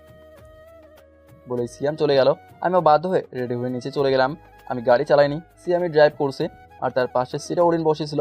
তারপর সারাদিন আমরা বিভিন্ন জায়গায় ঘুরলাম, রাতে বাইরে থেকে খেয়ে এসেছিলাম, তাই ফ্রেশ হয়ে ঘুমিয়ে গেলাম। এভাবে দিন কাটতে লাগলো। সেই দিনের পর থেকে মেয়েটা আর কল দেয়নি, আমিও সেটা নিয়ে মাথা ঘামাইনি। কিন্তু একটা জিনিস ভেবে অবাক হচ্ছি যে আমি কল না ধরায় সেদিন কান্না করলো কেন। সিয়ামের ডাকে ভাবনার জগৎ থেকে বের হলাম। তারপর সিয়ামের সাথে শপিং করতে গেলাম। কাল থেকে এক্সপেরিমেন্ট শুরু হবে, যতদিন লাগে এক্সপেরিমেন্ট শেষ হতে ততদিন সেখানেই থাকতে হবে, আর ততদিন কারোর সাথে যোগাযোগ করা যাবে না। সারাদিন শপিং আর ঘোরাঘুরি করে রাতে বাসায় ফিরলাম। রাতে খাবার খাওয়ার আগে বাসায় কল দিয়ে সবার সাথে কথা বলে নিলাম, কারণ জানি না আবার কবে তাদের সাথে কথা বলতে পারবো। তাদের জানিয়ে দিলাম যে কাল থেকে আমার কাজ শুরু হবে। তারপর কথা শেষ করে খেয়ে দিলাম এক ঘুম। সকালে ঘুম থেকে উঠে ফ্রেশ হয়ে নিলাম। আজকেই আমি খুব খুশি, আজকে আমি আমার কর্মজীবনে পা দেবো। তারপর গিয়ে নাস্তা করলাম, ফোনটা বন্ধ করে বাসায় ফিরলাম। কারণ যেখানে আমি সবাইকে বলে দিয়েছি কেউ যেন ফোন নিয়ে না যায়, আমি চাই যত তাড়াতাড়ি সম্ভব কাজটা শেষ করতে। সবাই যেন শুধু কাজকেই মনোযোগ দেয়, কারণ কাজটা খুব ইম্পর্টেন্ট। একটু ভুল হলে সব শেষ। তারপর আমি সিয়াম আর ওরিন বেরিয়ে পড়লাম এসএসটি ল্যাবের উদ্দেশ্যে। ল্যাব থেকে গাড়ি পাঠানো হয়েছিল, গাড়িতে উঠে দেখি শান্ত প্লাস আমার বাকি বন্ধুরাও আছে। আসলে এই প্রজেক্টে শুধু আমরা বন্ধুরাই, আর সাথে কিছু আমেরিকান ফ্রেন্ড। তাদের সাথে কথা বলতে বলতে আমরা ল্যাবে পৌঁছে গেলাম। ল্যাবরেটরিটা অনেক বিশাল জায়গা নিয়ে বানানো। যখন এই প্রজেক্টের কাজের জন্য অফার পাই তখন এই ল্যাবটা ঘুরে দেখার জন্য আমন্ত্রণ জানিয়েছিল, কিন্তু দেশে যাওয়ার চক্করে আর ঘুরে দেখা যায়নি। ফ্রেশ হয়ে সম্পূর্ণ ল্যাব ঘুরে দেখলাম, তারপর নিজেদের কাজ বুঝে নিলাম। তারপর সারাদিন ল্যাব ঘুরে দেখলাম, রাতে খেয়ে যে যার রুমে গিয়ে শুয়ে পড়লাম, কারণ কাজ কালকে থেকে শুরু হবে। সকালে ঘুম থেকে উঠে ফ্রেশ হয়ে নাস্তা করে কাজে লেগে পড়লাম। 12টা পর্যন্ত কাজ করলাম, পরে গিয়ে গোসল করে দুপুরে খাবার খেলাম সবাই একসাথে। খেয়ে আবার এক্সপেরিমেন্টের কাজে লেগে পড়লাম। রাত 8টায় কাজ শেষ করে রাতের খাবার খেয়ে দিলাম এক ঘুম। এভাবেই কেটে গেল 6 মাস। এখন যদি কেউ আমাকে দেখে তাহলে নির্ঘাত পাগল বলবে, কারণ চুল দাড়ি সবে অনেক বড় বড় আছে। আজকে আমাদের এক্সপেরিমেন্টের শেষ ট্রায়াল হবে, যদি সফল হয় তাহলে কালকে এখান থেকে মুক্তি পাবো। সকালে ঘুম থেকে উঠে ফ্রেশ নিলাম, নাস্তা করে ল্যাবরেটরিতে চলে গেলাম। যাওয়ার পর আমেরিকার প্রেসিডেন্ট ভিডিও কনফারেন্সে আমাদের অভিনন্দন জানালেন আর বললেন, মিস্টার ফাহিম, আপনার টিম মিলে যে নতুন আবিষ্কারটা করেছে সেটা সফল হোক, সেটার আপনাদের আমি অভিনন্দন জানাচ্ছি। আর কালকে আমি একটা চুক্তিপত্র পাঠাবো যেটাতে লেখা আছে যে আপনি এই প্রজেক্টটা আমাদের দেশের পাশাপাশি নিজের দেশেও ব্যবহার করতে পারবেন। ধন্যবাদ স্যার, আপনার থেকে কথা শুনে খুবই খুশি হলাম। আপনি আমাদের দেশের জন্য ভাবছেন, যে জন্য আমরা আপনার কাছে কৃতজ্ঞ। তারপর ওনার সাথে কথা শেষ করে প্রজেক্টের ফাইল টেস্ট করলাম এবং সফল হলাম। তারপর সেটা নিয়ে আমেরিকার প্রেসিডেন্টের উদ্দেশ্যে রওনা দিলাম। গিয়ে দেখি তিনি প্রেস মিটিংয়ের আয়োজন করছেন, তাই আমি সেখানে না গিয়ে সিএমকে আর আমাদের ওখান থেকে আমেরিকান এক ফ্রেন্ডকে পাঠাই। তারা গিয়ে প্রেসিডেন্টের সাথে প্রেস মিটিংয়ে অ্যাটেন্ড করে। সেখানে কনফারেন্স কলে আমাদের দেশের প্রধানমন্ত্রীও ছিলেন। তখন প্রেসিডেন্টের সামনে প্রজেক্টের প্রেজেন্টেশন করে দেখলাম সিয়াম। তখনই বাদল এক বিপদ, প্রেসিডেন্ট ও প্রধানমন্ত্রী আমাকে খোঁজা শুরু করে দিল। তখন সিয়াম আমাকে বলতে এলো, আমি তাকে বলে দিলাম যে প্রেসিডেন্টকে বুঝিয়ে বলতে যে আমি প্রেস মিট শেষে ওনার সাথে দেখা করব, কারণ আমার এত পাবলিসিটির দরকার নেই, আমি সবসময় সাধারণভাবে চলাফেরা করতে চাই। তারপর প্রেস মিট শেষে আমরা সবাই গিয়ে ওনার সাথে দেখা করলাম। উনি খুবই রাগ করলেন যে আমি কেন মিটিংয়ে ওনার সাথে আসিনি। আমি অনেক বুঝে বললাম, তাই উনি কিছুতেই কিছু মানতে রাজি না। শেষ পর্যন্ত রাজি হলো। তখন ওনার বাসায় আজকে রাতে ডিনার করলে। তখন আমি বললাম, আসলে স্যার আমি চাইছিলাম আজকে এই দেশে ফিরে যেতে, তাই আপনার সাথে ডিনারে অ্যাটেন্ড করতে পারবো না। সমস্যা নয়, তাহলে আজকে লাঞ্চ করবে আমার সাথে, এরপর আর কোনো কথা বলবো না। আর ফ্লাইট নিয়ে তোমাদের চিন্তা করতে হবে না, আমাদের দেশের এয়ারফোর্স গিয়ে তোমাকে দিয়ে আসবে। কি আর করার, বাধ্য হয়ে রাজি হয়ে গেলাম। তারপর ওনার থেকে বিদায় নিয়ে সবাইকে বিদায় দিয়ে বাসে চলে এলাম। বাসায় এসে পার্লারে চলে গেলাম চুল দাড়ি ছোটো করার জন্য, নাহলে মানুষ দেখলে পাগল বলবে। পার্লার থেকে এসে গোসল সেরে রেডি হয়ে নিলাম। তারপর ফোন অন করলাম, অন করে দেখি বাসা থেকে যতগুলো কল আসেনি ওই মেয়ে তার থেকে বেশি কল দিয়েছে, প্লাস মেসেজ দিয়েছে। দেখতে দেখতে বাবা কল দিল, আমি কল রিসিভ করলাম। আসসালামু আলাইকুম বাবা, কেমন আছো? আর বাসার সবাই কেমন আছে? ওয়ালাইকুম আসসালাম, আলহামদুলিল্লাহ ভালো আছি। আর বাসার সবাইও ভালো আছে। একমাত্র নিউজে দেখলাম কংগ্রেস, আমি জানতাম তোরা পারবি। ধন্যবাদ, কিন্তু এখন কয়টা বাজে? এই তো 11টা বাজে। এত রাত পর্যন্ত জেগে আছো কেন? মনে তো হচ্ছে প্রতিদিনই অনেক রাত পর্যন্ত জাগনা থাকো। এই না না, প্রতিদিন না, এই সপ্তাহে খানিক ধরে। কারণ তুই তো বলেছিলি যে 6 মাস পর তো এক্সপেরিমেন্ট শেষ হবে, তাই প্রতিদিন রাতে খবর দেখার জন্য জেগে থাকতাম যে কবে নিউজে বলবে আমার ছেলেটার কাজ শেষ হবে, আর কবে আমার ছেলেটা দেশে ফিরবে। তা বাবা, দেশে কবে ফিরবি? এটা সারপ্রাইজ, দেশেই কবে ফিরবো। এখন গিয়ে চুপচাপ ঘুমিয়ে পড়ো। বয়স তো কম হলো না, বোঝো না কেন যে রাত জাগলে শরীর খারাপ হবে? আর ওষুধ ঠিকমতো খাচ্ছে তো? আচ্ছা ঠিক আছে, মনে থাকবে। ঔষধ না খেলে কি আমার রক্ষা আছে নাকি? তোমার সাথে এমনই হওয়া উচিত। ওকে বাই, পরে কথা বলবো, তুমি ঘুমাও। এখন আমার প্রেসিডেন্টের সাথে লাঞ্চ করতে যেতে হবে। আচ্ছা বাবা, যা। আর শোন, সাবধানে থাকবি। আমি আচ্ছা বলে কল কেটে দিলাম। হঠাৎ গাড়ি হর্নের শব্দ শুনতে পেলাম। বের হয়ে দেখি আমাদের নিতে গাড়ি পাঠিয়ে দিয়েছে। তারপর আমরা গিয়ে গাড়িতে উঠে বসলাম। গাড়ি চললো তার আপন গতিতে। কিছুক্ষণ পর আমরা প্রেসিডেন্টের বাংলায় পৌঁছে গেলাম। সেখানে আমাদের ফুলের তোড়া দিয়ে আমন্ত্রণ জানানো হলো। সবাই একসাথে লাঞ্চ করে নিলাম। তো আপনাদের তো বলাই হয়নি, আমরা 10 জন মিলে টিম করে কাজ করছিলাম প্রেজেন্ট প্রজেক্টটাতে। তারপর প্রেসিডেন্ট জানতে চাইলেন, তা ফাহিম, সবাই তো বিয়ে করে ফেললো এখানের, শুধু তুমি ছাড়া। তা বিয়ে করার কি কোনো প্ল্যান নাই নাকি? সবেমাত্র তো নিজের কাজে জয়েন করলাম, তা ভাবছি এবার দেশে গিয়ে বিয়ে করে নেব। আর আপনাকে কিন্তু আসতেই হবে। তুমি তো জানোই যে আমি একটা দেশের প্রেসিডেন্ট, আমার একটু সময় নাই। আজকে অনেক কষ্ট করে সময় বের করে নিলাম তোমাদের সাথে লাঞ্চ করার জন্য, তবুও আমি যথাসাধ্য চেষ্টা করব। আরেকটা কথা, একা গেলে হবে না কিন্তু, পরিবারের সবাইকে নিয়ে যেতে হবে। আচ্ছা ঠিক আছে, এখন আমাকে উঠতে হবে, বিকালে আবার হোয়াইট হাউসে মিটিং আছে। তা তোমরা কখন যাবে? এখান থেকে গিয়ে কিছু শপিং করব, রাতে দেখি 8টার কোনো ফ্লাইটে যাব। তা হচ্ছে না, আমি যেটা বলেছি সেটাই হবে। এয়ারপোর্টে তোমাদের জন্য হেলিকপ্টার রাখা থাকবে। তা তোমরা কয়জন যাবে? আমরা 3 জন যাব স্যার। আচ্ছা, তাহলে 2টা হেলিকপ্টার পাঠিয়ে দেব। তাহলে আমি এখন উঠি, কেমন? ও, তোমাদের তো প্রজেক্টের টাকাটা দেওয়া হয়নি। এই নাও, এখানে $1,00,000 আছে, এটা তোমাদের বেতন। ওকে স্যার, তাহলে আমরা উঠি এখন। তারপর ওনার কাছ থেকে বিদায় নিয়ে চলে আসলাম। গাড়ি এসে আমাদের নামিয়ে দিয়ে গেল। গিয়ে ফ্রেশ হয়ে শুয়েছিলাম, তখন আবির আসলো, এসে বলল, শোন, তুই তো বলবি যে 3 জন যাব, কিন্তু আমি তো তোকে দেখছি, আর বাকি 2 জন কই? কেন, তুই আর অরিন? সত্যি আমরা যাব নাকি তুই মজা করতেছিস? তুই না গেলে বিয়ের সব দিককে দেখাশোনা করবে। এই জন্য আমাদের নিয়ে যাচ্ছিস? দূর শালা, এত সিরিয়াস হচ্ছিস কেন? জায়গায় রেডি হয়ে নে, শপিংয়ে যেতে হবে। হাতে সময় কম, রাত 8টায় আবার ফ্লাইট। আচ্ছা যাচ্ছি। আর শোন, অরিনকেও সাথে নিয়ে নিস, আমি তো আবার মেয়েদের কাপড় কিনতে পারবো না। আচ্ছা ঠিক আছে। কিছুক্ষণ পর আমরা 3 জন বেরিয়ে পড়লাম শপিংয়ের উদ্দেশ্যে। শপিং করতে প্রায় ঘন্টাখানেক সময় লেগেছে। এখন 6:30 বাজে, তাই সুটকেস গুছিয়ে নিচ্ছি। যা কেনাকাটা করলাম সেগুলো একটাতে নিলাম, আর আমার কাপড় চোপড় একটাতে নিলাম। 7টায় বের হলাম এয়ারপোর্টের উদ্দেশ্যে, কারণ এখন রাস্তায় জ্যাম থাকতে পারে। 7:30-এ আমরা এয়ারপোর্টে পৌঁছে গেলাম। তারপর এয়ারপোর্টের ঝামেলা মিলিয়ে ভেতরে প্রবেশ করলাম। আমাদের লাগেজগুলো কুরিয়ারে দিয়ে দিলাম। তারপর এয়ারপোর্টের ভেতরে একটা গাড়ি করে আমাদেরকে হেলিকপ্টার পর্যন্ত নিয়ে যাওয়া হলো। তারপর আমাদের জন্য রাখা হেলিকপ্টারগুলোতে আমরা উঠলাম। আমি একটাতে উঠলাম, আরেকটাতে আবির আর ওরিন উঠেছিল। তারপর হেলিকপ্টার উড়াল দিল আমাদের নিয়ে। দীর্ঘ 18 ঘন্টা পর আমরা বাংলাদেশের মাটিতে নামলাম। তারপর ফ্লাইটতে বিদায় দিয়ে এয়ারপোর্টে প্রবেশ করলাম। আমাদের লাগেজগুলো আগে এসে গিয়েছিল, তারপর সেগুলো কালেক্ট করে নিলাম। এয়ারপোর্টের কাজ সারতে আরও 1 ঘন্টা লেগে গেল। দুপুর হয়ে এসেছে। এখানে এয়ারপোর্ট থেকে বের হয়ে একটা গাড়ি নিলাম। গাড়ি নিয়ে বাসের উদ্দেশ্যে রওনা দিলাম। বাসে যেতে 3 ঘন্টা লাগলো। ঢাকা শহরে এই জ্যাম একবার শুরু হলে শেষ হওয়ার নাম নেয় না, তাই যেতে এত সময় লাগলো। গাড়ির ভাড়া মিটিয়ে নিলাম। পরে কলিং বেল বাজালাম। মা এসে দরজা খুলে দিল। দরজা খোলার পর আমাকে দেখে এসে জড়িত হলো।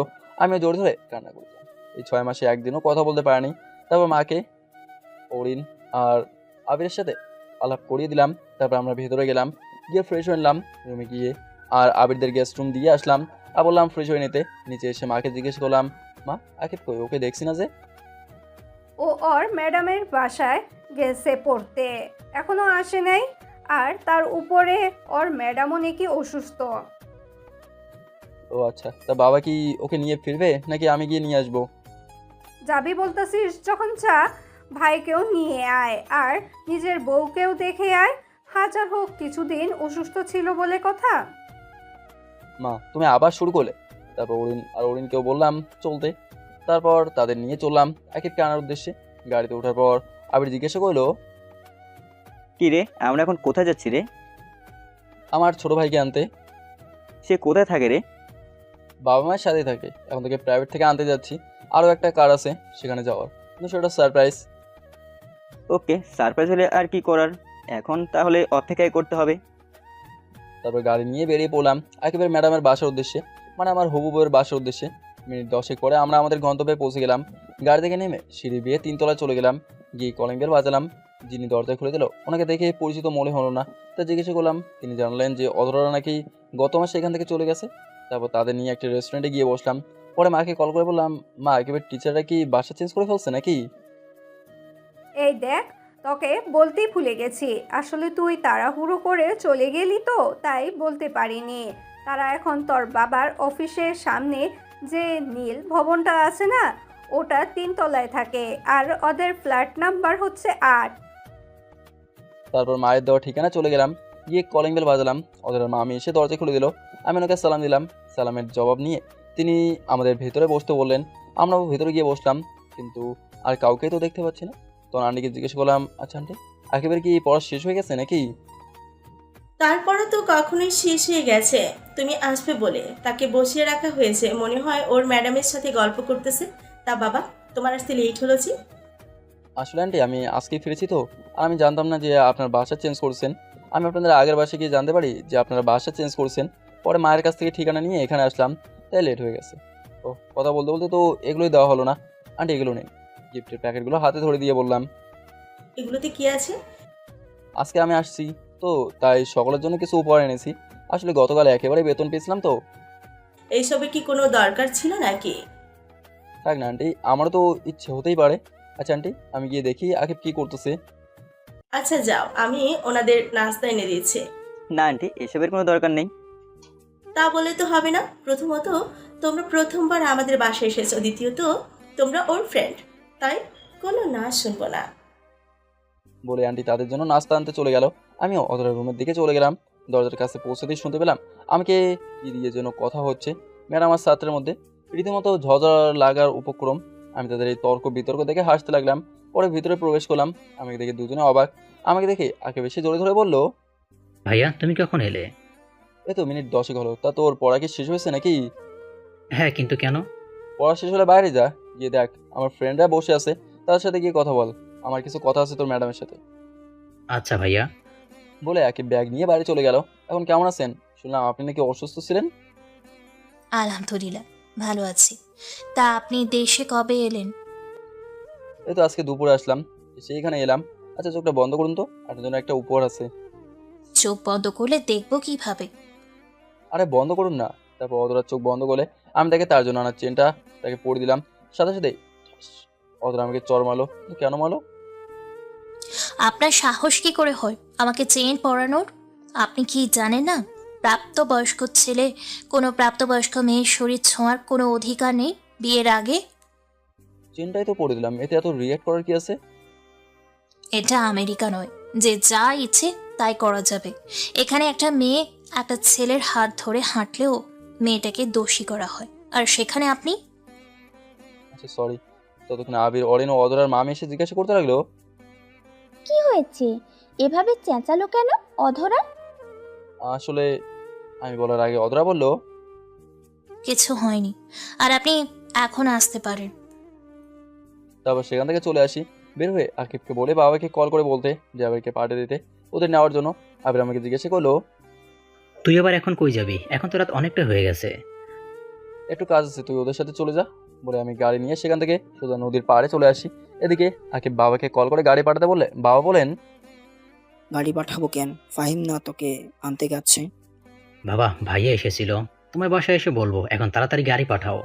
আমার সাথে ভাইয়ের বন্ধু আর ওনার বউ দাঁড়িয়ে আছে। আচ্ছা আমি গাড়ি পাঠিয়ে দিচ্ছি। আর তোর ভাই কোথায় যাচ্ছে, কিছু কি বলে গেছে নাকি? না, কিছু বলে যায়নি। আচ্ছা। বলে কল কেটে দিলেন। পরে ড্রাইভারকে বলে দেন আকিবকে নিয়ে আসতে। এদিকে আমি নদীর পাড়ে এসে একটা বেঞ্চেতে বসে পড়লাম। খুব খারাপ লাগছে, কেমন করেছিলাম যার জন্য আমাকে এইভাবে আমার বন্ধু ও তার বউয়ের সামনে অপমান করলো। কিছুক্ষণ পর মনে হলো পেছনে এসে একটা গাড়ি দাঁড়ালো, তাই পেছনে তাকলাম, দেখলাম বাবা গাড়ি থেকে নামলেন, নেমে আমার দিকে এগিয়ে এলেন, এসে আমার পাশে বসলেন, বসে আমাকে উদ্দেশ্য করে বললেন, তোর মন খারাপ কেন জানতে পারি কি? বাবার সাথে আমার সম্পর্ক বন্ধুর মতো, আমি সব কিছুই বাবার সাথে শেয়ার করি। কিছু হয়নি বাবা। আমার ছেলেটা আজ এত বড় হয়ে গেছে, এখন নিজের দুঃখ নিজের মধ্যে চেপে রাখতে জানে, আর আমাকেও এখন সেটা বলতে চায় না। বাবা তেমন কিছুই না। যদি কিছু নাই হতো তাহলে এই রাতের বেলা এই নদীর পাড়ে এসেছিস আর কি লুকানোর চেষ্টা করছিস? আমি সবটাই জানি। বাসায় এসে আকিব আমাকে সব বলেছে। ও আচ্ছা। চল বাসায় যাবি, আর এই বিষয় নিয়ে পরে আলোচনা করা যাবে। তারপর বাবা ড্রাইভারকে বললো গাড়ি নিয়ে চলে যেতে।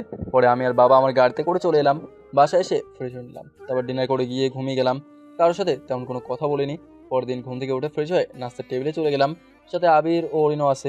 সবাই মিলে নাস্তা করছিলাম। আমার সময় বাবা বললেন, আমি চাচ্ছিলাম ফাহিমের বিয়েটা গ্রামের বাড়িতে গিয়ে করানোর জন্য। এমনিতেও গ্রামে তেমন একটা যাওয়া হয় না, আর ওর চাচা চাচিরাও তো গ্রামে থাকে। এটা ঠিকই বলেছো তুমি, এটা করলেই ভালো হবে। আমি ভাবছিলাম যে আগামী সপ্তাহের শুক্রবার বিয়ের কাজটা শেষ করে ফেলতে, আর তুমি আজকে গ্রামে চলে যাবে। এত তাড়াতাড়ি করার কি প্রয়োজন? প্রয়োজন আছে বলেই তো বলছি, যা বললাম সেটাই যেন হয়। বলে বাবা খাবার খেয়ে অফিসের উদ্দেশ্যে চলে গেল। আমরা নাস্তা করলাম, তারপর আবিরদের নিয়ে বেরিয়ে পড়লাম শহর ঘুরে দেখাতে। অনেক বছর পর আবির দেশে আসলো, আর ওরেনের তো জন্মই সেখানে, যে তাদের নিয়ে ঘুরতে বের হলাম। ঢাকার প্রায় সব জায়গায় আমরা ঘুরে দেখে ফেললাম। সন্ধ্যা বাসায় এসে ফ্রেশ হয়ে নিলাম, তারপর সবাই মিলে আড্ডা দিতে লাগলাম। অরিন আবার তেমন বাংলা বলতে পারে না, কারণ জন্মের পর থেকেই সেখানে থেকেছে তো, তাই ইংলিশটাই ভালো পারে। আর ওদেরকে আমি 1 মাস এখানে থাকতে বলেছি, আর এই কদিনে ওকে বাংলা শেখানোর দায়িত্ব মাকে দিয়েছি। আমি মাকে বললাম, মা বলেছিলাম কি আজকে তো বুধবার, তো যদি শনিবার গ্রামে যাই তাহলে কেমন হবে? তোর বাবা যখন বলেছে নিশ্চয় কিছু ভেবেই বলেছে, তাই তুই কালকেই চলে যা, আর সাথে আবির আর অরিনকেও নিয়ে যা। আচ্ছা ঠিক আছে, কতদিন পর দেশে এলাম, একটু শান্তিতে বাসায় থাকবো, সেটাও হচ্ছে না। ফিসফিস করে কি বলতাছিস? ওই কিছু বলিনি তো। কিছুক্ষণ পর বাবাও এসে গেলেন, পর সবাই একসাথে ডিনার করে নিলাম। ডিনার করার পরে আমি আমার রুমে গিয়ে গিফটগুলো নিয়ে আসলাম। পর সবাইকে নিজের গিফটগুলো বুঝিয়ে দিলাম। সব থেকে বেশি গিফট আকিবের জন্য এনেছিলাম, আর অধরার জন্য আনা গিফটগুলো আমার লকারে রেখে দিলাম। গিফটগুলো বুঝিয়ে দেওয়ার পর ঘুমাতে চলে এলাম। কিছুক্ষণ পর আকিব আমার রুমে এসে বলল সে নাকি আমার সাথে ঘুমাবে। আমি আর মানা করতে পারলাম না। শুয়ে পড়ার পর আকিব অধরার কথা বলা শুরু করলো। এদিকে আমি ঘুমিয়ে, আজকে অনেক ধকল গেল তো সকালে, তাই শুয়ে পড়ার পরই চোখ লেগে যায়, আর আমি চলে গেলাম ঘুমের অতল দেশে। আকিব আমার কোনো সাড়া না পেয়ে সেও কিছুক্ষণ ঘুমিয়ে গেল। সকালে ঘুম থেকে উঠে দেখি আকিব আমাকে কোল বালিশের মতো জড়িয়ে ধরে ঘুমিয়ে আছে। তাকে আমার থেকে ছাড়িয়ে আমি ফ্রেশ হতে যাই। ফ্রেশ হয়ে এসে আকিবকে ডেকে তুলে দিলাম, কারণ আজকে আকিবের স্কুল আছে, তাই ওকে ডেকে তুলে ফ্রেশ হতে পাঠিয়ে দিলাম। আকিব ফ্রেশ হয়ে এলে আমরা নিচে যাই নাস্তার টেবিলে। দেখি সবাই আমাদের দুই ভাইয়ের আগেই উঠে গেছে আর নাস্তার টেবিলে বসে আছে। কিছুক্ষণ পর মা এসে নাস্তা দিয়ে গেল। আমরা নাস্তা করতে শুরু করলাম, তখন বাবা জানতে চাইলেন যে কবে আমি গ্রামের বাড়ি যাব। আমাদের সেখানে যাওয়ার কথা শুনেই আকিবও বায়না ধরলো যে আমাদের সাথে যাবে, কিন্তু বাবা দিতে রাজি না। এক পর্যায়ে আকিব কান্না করা শুরু করে দিল, তাও বাবা তাকে যেতে দিতে রাজি না, কারণ আকিবের স্কুল খোলা প্লাস প্রাইভেট, এসবের বাহানা দিচ্ছে বাবা। তখন আকিব বলে, প্রাইভেট নিয়ে তো কোনো সমস্যাই নাই, অধরা আপুকে সাথে নিয়ে গেলেই তো হয়। প্রাইভেট ঠিক আছে, কিন্তু স্কুলে যে বন্ধ হবে তার কি হবে? তখন আকিব আমাকে ইশারায় বলে বাবাকে রাজি করতে। তখন আমি বললাম, বাবা থাক না, কিছুদিন স্কুল বন্ধ হলে কিছু হবে না। কিন্তু ভাব সামনে তো ওর জিএসসি পরীক্ষা। ওইটা কোনো ম্যাটার না, এই কয়েকদিন বন্ধ করলে কিছু হবে না, আর প্রাইভেট তো পড়বেই। কিন্তু দেখো বাবা, আর কোনো কিন্তু না, তাহলে কিন্তু আমিও গ্রামের বাড়ি যাব না। এমনিতে অনেক ক্লান্ত, কালকে মাত্র আসলাম, আর তুমি আজকে আবার গ্রামে যেতে বলতেছো। আচ্ছা, যা ভালো হয় তাই কর। এই তো আমার ভালো বাবা, তাহলে আজকে বিকেলে গ্রামে যাব, এক স্কুল থেকে আসলে তখনই। আন্টি, আমি কি আসতে পারি? কথা শুনে সবাই দরজার দিকে তাকালাম, তাকে দেখি অতর এসেছে। তাকে দেখে মা এগিয়ে গেল, গিয়ে জিজ্ঞাসা করলো, কি রে মা, কেমন আছিস? আমাদের তো মনে হয় ভুলে গিয়েছিস। না আন্টি, তোমাদের ভুলি কি করে? এই আন্টি কি রে? মা বলবি, আজ বাদে কাল আমার ঘরের বউ হয়ে আসবি, এখনো আন্টি বলে ডাকিস? আর এতদিন তোর কোনো দেখা নাই যে। তা মা, এখন শরীর কেমন আছে? জি, এখন আগে থেকে ভালো আছি। তা আকিব কি স্কুলে যাবে নাকি? হ্যাঁ যাবে তো। আবির জাগিয়ে রেডি হয়ে নে তাড়াতাড়ি। আর তুইও এসে নাস্তা করে নে। না আন্টি, মানে মা, এখন কিছু খাবো না। তা বললে তো হবে না, এখন তোকে না খাইয়ে যেতে দিব না। আয়, আকিব রেডি হয়ে আস্তে আস্তে খেয়ে নে। তারপর অধরা এসে খাবার টেবিলে বসে পড়লো, সবার সাথে কুশল বিনিময় করে নিল। আবির আর অরুণের সাথে পরিচিত হয়ে নিল। ততক্ষণে আমি আমার রুমে এসে রেডি হয়ে নিলাম। নিচে গিয়ে বললাম আকিবকে বললো স্কুল থেকে এসে রেডি হয়ে থাকতে, আমরা সন্ধ্যায় রওনা দেবো। আবির চল একটু বের হবো। আচ্ছা, আর শোন, তোদের সাথে অধরাও যাবে। ও না থাকলে আকিব পড়বে কিভাবে? তুমিও বাবার মতো শুরু করে দিয়েছো। সেখানে আমরা ঘুরতে যাচ্ছি, সেখানে গিয়ে কি পড়ালেখা করবো যেখানে আমরা ঘুরবো? আর ওনার আমাদের সাথে যেতে হবে কেন? আমি কিছু জানি না, তোর বাবা বলে দিয়েছে। তোর ভাল লাগে। ওই আবির দাঁড়িয়েছিস কেন, চল। তারপর আমি আর আবির বেরিয়ে বললাম। আসলে এখানে অরিনের পড়ার মতো কোনো সালোয়ার বা শাড়ি নেই, তাই আবিরকে নিয়ে গেলাম। প্রথমে ব্যাংকে গেলাম টাকাগুলো ভাঙিয়ে নিতে। পরে আবিরকে নিয়ে মলে গিয়ে কিছু কেনাকাটা করে নিলাম। আর চাচাতো ভাই বোনদের জন্য কিছু উপহার কিনে নিলাম। আর ছোটোগুলোর জন্য খেলনা আর কিছু চকলেট কিনলাম। ফুফাতো ভাই বোনের জন্য সেম জিনিসই কিনলাম। তারপর দুপুরে আমরা দুজন লাঞ্চ করে নিলাম বাইরে। বাসে আসতে আসতে বিকেল হয়ে গেল। আসলে রাস্তায় যে পরিমাণে জ্যাম তা বলে বোঝানো যাবে না। যেখানে যেতে 30 মিনিট সময় লাগার কথা, সেখানে যেতে সময় লাগে 1.5 ঘন্টা। বাসায় এসে ফ্রেশ হয়ে একটু রেস্ট নিলাম। কখন যে চোখ লেগে গেছে বুঝতেই পারিনি। হঠাৎ মনে হলো কেউ যেন আমাকে ডাকছে, তাই চোখ খুলে তাকলাম। তাকে দেখি অধরা আমাকে ডাকছে। তো আমি বললাম কি হলো, আপনি আমার রুমে কেন? কেউ দেখলে কি বলবে? আর আমাকে ডাকছেনই বা কেন? তখন অধরা বললো, আসলে মা বলেছে আপনাকে ডাকতে, প্রায় সন্ধ্যা হয়ে গেছে তো। আর আপনিই তো বলেছিলেন যে সন্ধ্যায় রওনা দিবেন। আমি বললাম আচ্ছা ঠিক আছে, আপনি যান এখন, নাহলে লোকে আপনাকে খারাপ মনে করবে।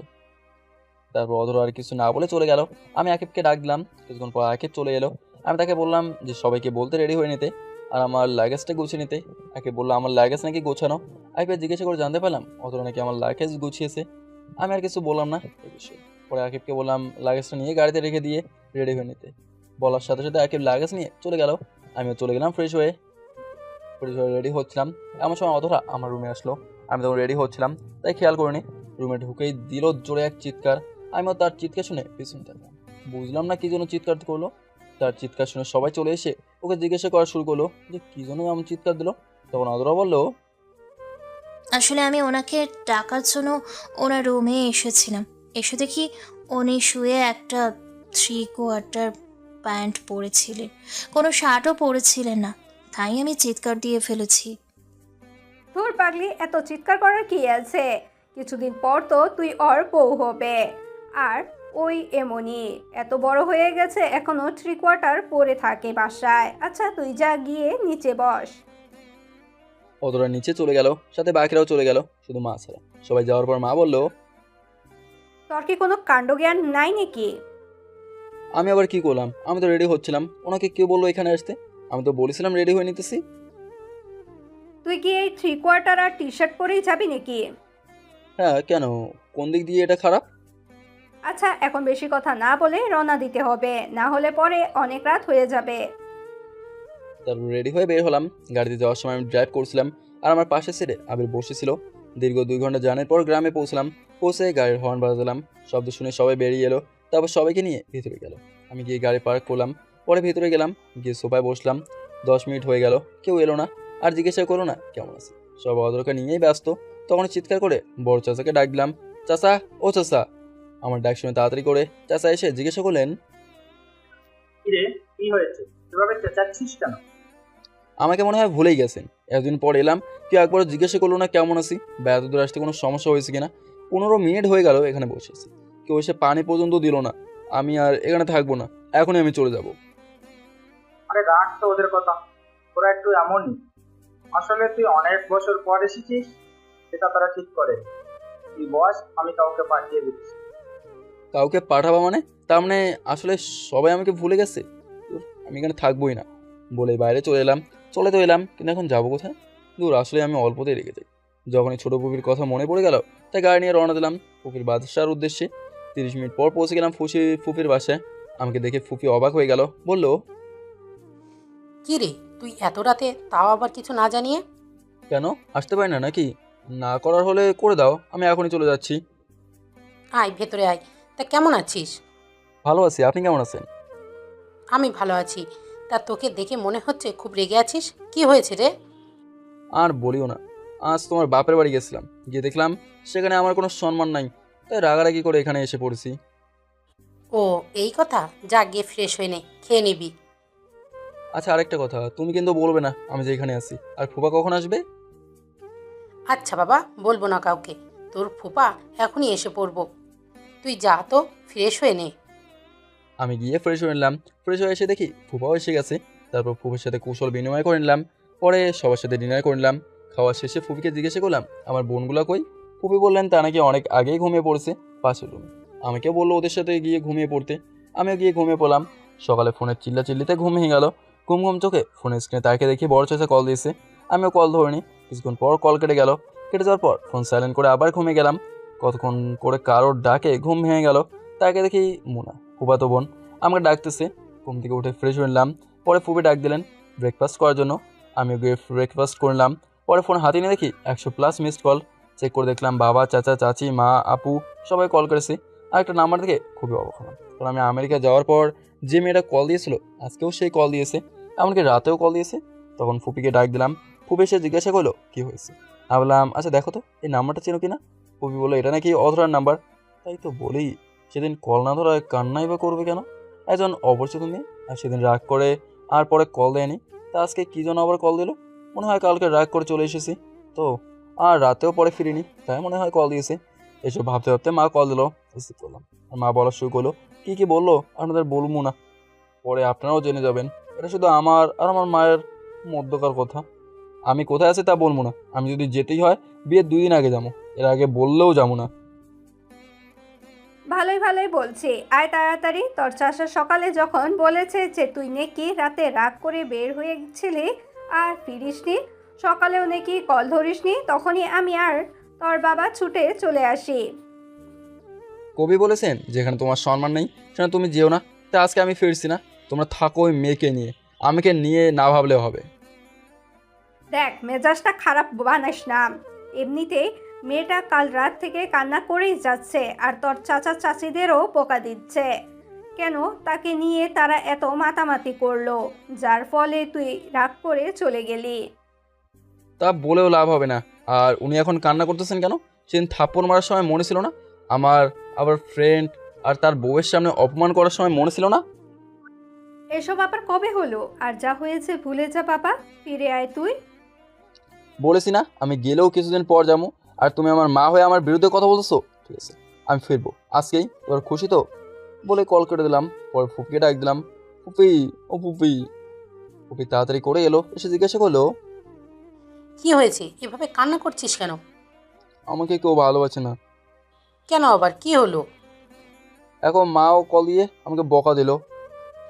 এটা কিন্তু ঠিক হয়নি। আমি ভাবিকে বলবো তোকে যেন আর বকা না দেয়। আর শোন, আমি রান্না করতেছি আজকে তোর সব পছন্দের খাবার। যা গিয়ে গোসল সেরে আয়। কয়টা বাজে যে এখনই গোসল দেবো? 12:30 বাজে, যা গোসল করে আয়। কিছুক্ষণ পর তো ফুপা চলে আসবে। আজকে এত তাড়াতাড়ি ফুপা চলে আসবে যে? আসলে সকালে ভাবি কল দিয়ে বলেছিল আজকে যেতে, সবাই নাকি আজকেই আসবে। ও তাহলে এই ব্যাপার। যা তাড়াতাড়ি গিয়ে গোসল সেরে নে।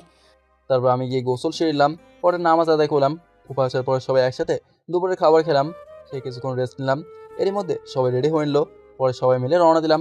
1 ঘন্টা পর বাসায় পৌঁছলাম। আসলে ভাই কি বলবো, রাস্তায় যে পরিমাণে জ্যাম, তারপরে আবার রং সাইড দিয়ে লোকেরা গাড়ি ঢুকিয়ে দেয়, যার ফলে জ্যামের সৃষ্টি হয়। আর ট্রাফিক পুলিশও নিজেদের কাজ ঠিক মতো করে না, শুধু দেখে কীভাবে টাকা খাওয়া যায়। আর এই জ্যামের কারণে 30 মিনিটের জায়গায় 1 ঘন্টা লাগলো। বাসে এসে দেখি সবাই মিলে ডাইনিং রুমে বসে গোল মিটিং করতেছে। ভেতরে ঢুকে তাদের কাছে গেলাম। তাদের রিয়াকশন দেখে মনে হইতেছে এখানে কেউ নাই। বললাম দূর, কেউ কি কথা বলবা না নাকি? দূর, এভাবে কল করে এনে এখন কেউ কিছু বলছে না, থাকো তোমরা, আমি ফিরে গেলাম। আবার এবার আর আসমই না, গিয়ে আমেরিকা চলে যাবো। আবে তোরা কি থাকবি নাকি আমার সাথে যাবি? সরি রে, আমরা এখানেই থাকছি, তুই চাইলেই যেতে পারিস। তুই বন্ধু নামে কলঙ্ক, থাক তুই, আমি গেলাম। বলে চলে আসতে নিলাম। তখন ঝড়ের গতিতে কি জানি এসে আমাকে জড়িয়ে ধরলো। আমি ধাক্কা সামলাতে না পেরে মাটিতে পড়ে গেলাম। আর যে জড়িয়ে ধরেছিল সে আমার উপরে পড়েছে। চোখ খুলে তাকে দেখি যে আমাকে জোর ধরেছে সে আর কেউ নয় অথরা। এদিকে তো লজ্জায় আমার মাথা কাটা যাচ্ছে। সবাই বলে ছেলেদের লজ্জা থাকতে নেই, আপনারাই বলুন তো মিয়া, একটা মেয়ে যদি ছেলেটার পরিবার সামনে সবার সামনে এভাবে জোর ধরে তাহলে তো ছেলেটা লজ্জা পাবেই। আমার ক্ষেত্রেও সেটাই হয়েছে। কোনো রকমও ওকে ছাড়িয়ে উঠে দাঁড় করালাম যে একটা থাপড় দিতে যাবো, তখন চোখ বন্ধ করে নিল। মেয়েটার মুখটা দেখে কেমন যেন বুকের পাশটা নড়াচড়া করে উঠলো। তাই আর থাপড় দিলাম না, সরাসরি জিজ্ঞাসা করলাম কী হলো, শুনলাম কাল রাত থেকে নাকি কিছুই খাননি। অতটা তখন চোখ খুলে তাকে জবাব দিল, কে বলো আমি খাইনি? আমি তো রাত্রিবেলাও খেয়েছি। তার মানে সবাই আমাকে মিথ্যা কথা বলছে? তুমি আমার মা হয়ে আমার সাথে এটা করতে পারলা? আরে সত্যি বলছি, ও কাল থেকে কিচ্ছুই খায়নি, শুধু কান্নাই করেছে। 1 মিনিটে তুই দাঁড়িয়ে আছিস কেন? তুই না চলে যাচ্ছিস? তাহলে চলে যা। কে আমার ছেলেটাকে বের করে দিচ্ছে দেখি তো। কথা শুনে পিছনে তাকে দেখি মেজো ফুপি, ফুপা আর ওনার মেয়েরাও এসেছে। আমি একটু কান্না কান্না ভাব নিয়ে ফুপিকে বললাম, দেখো ফুপি, আমি এতদিন পর বাসায় আসলাম আর আমাকে বাসা থেকে বের করে দিচ্ছে। এটা তো ঠিক না। আমার বাবাটা কত বছর পর এসেছে আর তোমরা ওর সাথে এমন করছো কেন? সাথে কি আর করছি, ছেলেটা এখন অনেক বদলে গেছে, কথায় কথায় রাগ করে। আগে কতই ভালো ছিল, এখন কিছু বললেই রাগ করে চলে যায়। ভাবি বুঝছেন না কেন? এটা ওদের বংশগত। দেখেন না ওর বাবা চাচাদেরও কি রাগ, তাহলে ওর হবে না কেন? আর তুই যা তোর রুমে যা তো। শুধু তুমি বললে বলে আজকে গেলাম না, না হলে চলে যেতাম। আর তোমরা কি দরজায় দাঁড়িয়ে থাকবে নাকি? ওই মুরগির ডিম, কেমন আছিস? দেখো ভালো হবে না কিন্তু, আমারও একটা সুন্দর নাম আছে। ভাবি দেখো না ভাই আমাকে কি সব বলছে।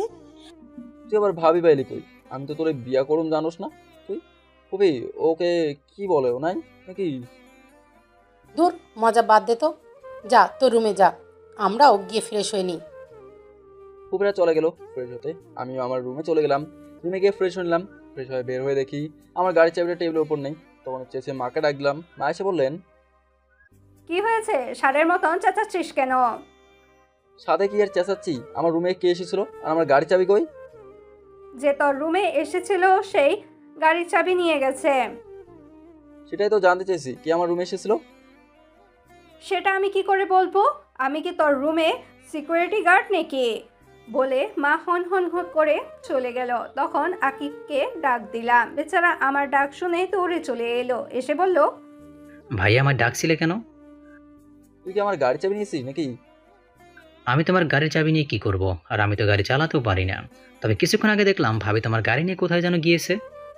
বলিস কি, ওনার এত বড় সাহস আমার গাড়ি নিয়ে গেছে? আর তুই কি সবার গেট বুঝিয়ে দিয়েছিস নাকি? না ভাইয়া, আজকে নাকি বড় ফুপি আর সেজো ফুপি আসবে রাতে, আর তারা আসলে সবাইকে একসাথে দিয়ে দেব। আচ্ছা এখন কটা বাজে রে? কেন ভাই, ঘড়ি দেখোনি? এখন তো রাত 8টা বাজে। এই রাতের বেলায় উনি আমার গাড়ি নিয়ে বের হলেন, আল্লাহ জানে আমার গাড়ির কি হবে। আমি আর আকে কথা বলছিলাম, তখন ছোট চাচা এসে বললেন, শোন, রাতে কিন্তু বের হোস না। কেন চাচা, রাতে বের হলে কি হবে? আর বলিস না, এলাকার পোলাপন সব নষ্ট হয়ে গেছে। যাকে পায় তার কাছ থেকেই সব কিছু রেখে দেয়। আর মেয়েদের তো বের হওয়া আরো বেশি বিপজ্জনক। এসব কি বলতেছো তুমি? হ্যাঁ রে, কিন্তু তুই এত ভয় পাচ্ছিস কেন? আচ্ছা ওদের কি ফিরেছে? ওরা আবার কোথায় বের হলো? আকিব বললো উনি নাকি কিছুক্ষণ আগে আমার গাড়ি নিয়ে বের হয়েছেন। মা মা, আবার ষাঁড়ের মতন চেঁচাচ্ছিস কেন? ওদের নাকি বের হয়েছে। তোমরা কি জানো না এলাকার পরিস্থিতি যে খারাপ? অধরা আবার কখন বের হলো? আমরা তো কেউ দেখিনি, আর গেলই বা কিভাবে? আকিব বললো উনি নাকি আমার গাড়ি নিয়ে বের হয়েছেন। মার সাথে যখন কথা বলছিলাম তখন মোবাইলে একটা মেসেজ এলো। মেসেজটা দেখে তাড়াতাড়ি বেরিয়ে পেলাম। পিছন থেকে সবাই বারবার জিজ্ঞাসা করছিল, কাউকে কিছু না বলেই মানি ব্যাগ নিয়ে বেরিয়ে গেলাম। বাইরে বের হয়ে ড্রাইভারের কাছ থেকে চাবি নিয়ে থানার উদ্দেশ্যে রওনা দিলাম। সাথে আবিরকেও নিয়ে এলাম। কিছুক্ষণ পর থানায় পৌঁছে গেলাম। গিয়ে দেখি অধরা অফিসারের সামনে বসে আছে। আমরা যাওয়ার পর আমাদের দেখে অফিসার বসা থেকে দাঁড়িয়ে গেলেন। মূলত আমাকে দেখে না, আবিরকে দেখে দাঁড়িয়ে গেল। কারণ আবিরকে সবাই টিভিতে দেখেছে, তাই সবাই চেনে, আমাকে কেউ চেনে না। আমি সেটাই চাই, আমি চাই সবাই আমাকে সাধারণ মানুষ হিসেবে চিনো। তখনই অফিসার আবিরকে দেখে বলল, আসসালামু আলাইকুম স্যার, আপনি এখানে? তাও আবার আমার থানায়? কোনো প্রবলেম হয়েছে নাকি? আর স্যার দাঁড়িয়ে আছেন কেন? বসেন প্লিজ। এই স্যারের জন্য চা নিয়ে আসো। ওয়ালাইকুম আসসালাম। আসলে আপনি আমার বন্ধুর ওয়াইফকে ধরে নিয়ে এসেছেন, তাই আমাকে আসতে হয়েছে। আর এখন চা খাওয়ার জন্য আসেনি, অন্য আরেকদিন আসবো চা খাওয়ার জন্য। এখন যদি ওনাকে ছেড়ে দেন তাহলে ভালো হয়। আসলে স্যার এটা একটা অ্যাক্সিডেন্ট কেস, আর উনি যার গাড়িতে ধাক্কা দিয়েছেন সেই এই এলাকার এমপির মেয়ে, তাই স্যার ছাড়া যাবে না। আর ওনাকে নিয়ে আসার পরেই উনি আপনার বন্ধুদের পরিবারের কথা বলেছে, তাই তো আপনার বন্ধুকে আমি টেক্সট করে আসতে বলি। কিন্তু যিনি কেস করেছে তিনি যদি না তুলে নেন তাহলে আমার কিছুই করার নেই। আচ্ছা, ওনাকে আপনি কল করে আসতে বলুন, আমরা ওনার সাথে কথা বলে অনুরোধ করব কেসটা তুলে নিতে। আবির আর অফিসের কথা বলছিলেন, তখন থানার টেলিফোনে একটা কল এলো। জি স্যার। বলে অফিসের কল কেটে দিলেন। তখন অফিসার আমাদের বললেন, স্যার আপনারা ওনাকে নিয়ে যেতে পারেন। তখন আমরা অধরাকে নিয়ে বের হয়ে এলাম। বের হয়ে আবিরকে বললাম একটা গাড়ি নিয়ে যেতে। আবির গাড়ি নিয়ে চলে গেল। তখন অধরা আমাকে বললো, আই এম সরি। ওনাকে সাথে সাথে একটা চর বসিয়ে দিলাম। ওনার বেশি জোরেই গেল চরটা, ফোট কেটে গেছে। তাতে কান্নাও করছে, গালে হাত দিয়ে দাঁড়িয়ে। তাদেরকে আমি বললাম, চুপ, একদম চুপ, কান্না করবেন না। কার কাছে জিজ্ঞাসা করে এই রাতের বেলা বের হয়েছে? তাও চুপি সারে আমার গাড়ির চাবি নিয়ে বের হয়েছেন। আমাকে বলা যেত না নাকি? নাকি আমি মানা করতাম? তবুও কান্না করতেছে, কোনো কথা বলছে না। তখন আরেকটা ধমক দিয়ে বললাম কান্না বন্ধ করে গাড়িতে উঠে বসতে। লক্ষ্মী মেয়ের মতো চুপচাপ গিয়ে বসে বলো। তখন অধরা বললো যে গাড়ির চাবি নাকি অফিসারের কাছে। তারপর আমি গিয়ে চাবি নিয়ে এসে গাড়ি স্টার্ট করি। পরে বাসার উদ্দেশ্যে রওনা দিই। কিছুক্ষণ পর বাসায় পৌঁছে গেলাম। সারা রাস্তা অধরার একটা কথাও বলেনি। বাসায় এসে ওনাকে নামিয়ে দিয়ে গিয়ে গাড়ি গ্যারেজে রেখে বাসায় ভেতরে প্রবেশ করলাম। ঢুকে দেখি সবাই ডাইনিং রুমে বসে আছে। আমি সিঁড়ি দিয়ে আমার রুমে চলে গেলাম। কেউ কিছু জিজ্ঞাসা করেনি, কারণ রাগের জন্য আমার চেহারা পুরো লাল হয়েছিল। আর বাড়ির সবাই জানে যে আমার রাগ উঠলে আমি কাউকে মারি না, তাই কেউ কিছু জিজ্ঞাসা করেনি। রুমে এসে শাওয়ার নিলাম মাথাটা ঠান্ডা করার জন্য। প্রায় 1 ঘন্টা শাওয়ার নেওয়ার পর বের হলাম। বের হয়ে 3/4 প্যান্ট আর শার্ট পরে নিলাম। পরে নিচে গেলাম ডিনার করার জন্য। পরে ডিনার করে রুমে গিয়ে শুয়ে পড়লাম। ক্লান্ত থাকায় শুয়ে পড়ার সাথে সাথেই ঘুমের অতলে তলিয়ে যাই। সেপরে বুকের উপর ভারী বস্ত্র ওজন অনুভব করি, সাথে শার্টও ভেজা ভেজা লাগছে। তড়িঘড়ি করে ঘুম থেকে উঠে যাই, তখন যদি কোনো ভূত হয় তাহলে আমি শেষ। ঘুম থেকে উঠে দেখি অধরা আমার বুকের উপর ঘুমিয়ে আছে, আর দেখে মনে হচ্ছে কান্না করতে করতে ঘুমিয়ে গেছে। আমি অধরার মাথাটা আমার বুক থেকে নামিয়ে বালিশে রেখে ফ্রেশ হতে চলে গেলাম। ফ্রেশ হয়ে শার্ট বদলে নিলাম। শার্ট দেখে মনে হচ্ছে চোখে যা পানি ছিল সবটাই আমার শার্টের উপরে ফেলছে। তারপর নিচে গেলাম নাস্তা করতে। সব আমার দিকে তাকিয়ে শুধু হাসছে। তাই আমি জিজ্ঞাসা করলাম, তুমি হাসছো কেন? এমনি। তা তুই তো দেখছি বিয়ের আগেই বইয়ের সাথে থাকা শুরু করে দিয়েছিস। আর কত কি যে দেখতে হবে। 1 মিনিট, তোমরা জানলে কেমন করে? আর আমি তো বলিও নি যে অধরা রাতে আমার সাথে ঘুমিয়েছে। আসলে ভাই হয়েছে কি, কালকে তুই নাকি ভাবিকে অনেক বকাঝকা করছিস, আবার ভাবির উপর নাকি রেগেও গেছিস। তাই খালামণিরা মিলে ভাবিকে তোর রুমে পাঠিয়েছিল তোর রাগ ভাঙাতে, কিন্তু সেখানে গিয়ে ভাবিও ঘুমিয়ে গেল। তাই খালামণিও এটা জিজ্ঞেস করো। তো এই ব্যাপার। কিন্তু ফুপি তুমি তো জানোই না। কি জানি না? ওই ডিম, তুই ভেতরে যা তো, আর গিয়ে দেখ বড় ফুপি আর সেজ ফুপি এখন আসছে না কেন। তুই ওর কথা বাদ দে তো, বল কি হয়েছে। এদিকে আসো, কানে মুখে বলছি। তখন ফুপি ডপ করে বললাম, কাল রাতেই বাসা হয়ে গেছে, এখন ওনাকে বিয়ে করে কি করব? ছি ছি, তোর এসব করতে লজ্জা করলো না? তাও আবার বিয়ের আগে। আমার রুমে পাঠানোর সময় এটা কি মনে ছিল না? আর তেমন কিছু হয়নি। আমি ঘুম থেকে উঠে দেখি উনি আমার বুকে শুয়ে আছে। তাই আমিও তোমাদের একটু বানিয়ে বানিয়ে বললাম। কি বললি? কোথায় শুয়েছিল? এই রে, কি বলতে কি বলে ফেললাম। কি হলো বলছিস না কেন? কই কি বললাম, মা ও মা খাবার দিবা নাকি? তখন বাবা বলেন, শোন, তোর জন্য আমাদের এখানে আগে আসতে হয়েছে, তাই তোদের বিয়ের কোনো শপিং করতে পারিনি। তাই এখন খেয়ে তারপর অধরা আর তোর ভাইদের নিয়ে ঢাকায় গিয়ে শপিং করে আয়, সাথে আবিরদেরও নিয়ে যাস। আর আসার সময় অধরার মামা মামিকেও নিয়ে আসবি। আচ্ছা। পরে মা খাবার এনে দিল, আমিও খেয়ে নিলাম। তখন আকে বেশি জানতে চাইলো যে তার ম্যাডাম কোথায়, মানে অধরা। আমি বলে দিলাম কোথায় আছে। তারপর আকেব চলে গেল। আমি সবাইকে ডেকে বললাম রেডি হয়ে নিতে। তারপর খেয়ে নিলাম। খাওয়া শেষ করে রুমে গেলাম। গিয়ে দেখি অধরা এখনও ঘুমিয়ে আছে। তাই তাকে আর জাগালাম না। আমি গিয়ে রেডি হয়ে নিলাম। নিচে গিয়ে মাকে গিয়ে বললাম যে অধরা এখনও ঘুমাচ্ছে, তাই আমরাই যাচ্ছি। আর ও মনে হয় অনেক ক্লান্ত, তাই আর ওকে ডাক দিও না, উঠলে খাবার দিয়ে দিও। অনেক গেলাম। তারপর আমরা বের হয়ে গেলাম। কিছুক্ষণ পরে আমরা বসুন্ধরা শপিং মলে চলে গেলাম। তারপর সবাই যার যার মতো শপিং করতে চলে গেল। আমি, আবির আর অরিন একদিকে গেলাম শপিং করার জন্য। কিছুক্ষণ পর অধরার মামা মামিও চলে এলো। তারপর তারা বিয়ের শপিং করতে লাগলো। আমার জন্য একটা নীল পাঞ্জাবি নিলাম বিয়ের দিন পরার জন্য, আর অধরার জন্য একটা লেহেঙ্গা নিলাম নীল রঙের, সাথে ম্যাচিং করে নীল পাথর বসানোর চুড়ি আর একটা নেকলেস নিলাম। বাকিগুলো স্বর্ণ নিলাম। তারপর সবাই মিলে রেস্টুরেন্টে গিয়ে দুপুরে খাবার খেয়ে নিলাম। তারপর সবাইকে নিয়ে কিনা জিনিসগুলো গাড়িতে উঠালাম আর তাদের বললাম গাড়িতে বসতে। পরে আমি আর আবির জুয়েলারি শপে এলাম। সেখান থেকে অধরার জন্য একটা ডায়মন্ডের আংটি নিলাম। বিয়ের দিন রাতে এটা তাকে পরিয়ে দেবো। তারপর সেটা আমার পকেটে নিয়ে বেল পে করে দিলাম। তারপর বাসার উদ্দেশ্যে রওনা দিলাম। বাসায় পৌঁছতে পৌঁছতে সন্ধ্যা হয়ে গেল। আসার সময় আবার বাড়ির সব মেয়েদের জন্য ফুচকা নিয়ে এলাম, সাথে করে অধরার মামা মামিকেও নিয়ে এলাম। তারপর সবাই মিলে ফুচকা খেলো। যে যত তাড়াতাড়ি পারছে তত তাড়াতাড়ি খাচ্ছে। বুঝি না এরা ফুচকাতে কি এমন মোটু পায়, যেভাবে ঝাঁপিয়ে পড়ে ফুচকা দেখলে। তারপর সবাই মিলে বিয়ের পোশাক দেখতে লাগলো। সবশেষে আমার জিজ্ঞাসা করলো যে কিছু বাকি আছে কিনা। আমি বললাম 2 লাখ টাকার শপিং করছি, পরেও যদি বলো কিছু বাকি থাকে তাহলে পুরো শপিং মলটাই নিয়ে আসতে হবে। তারপর সবাই একসাথে রাতের খাবার খেয়ে যে যার রুমে মতো চলে গেল।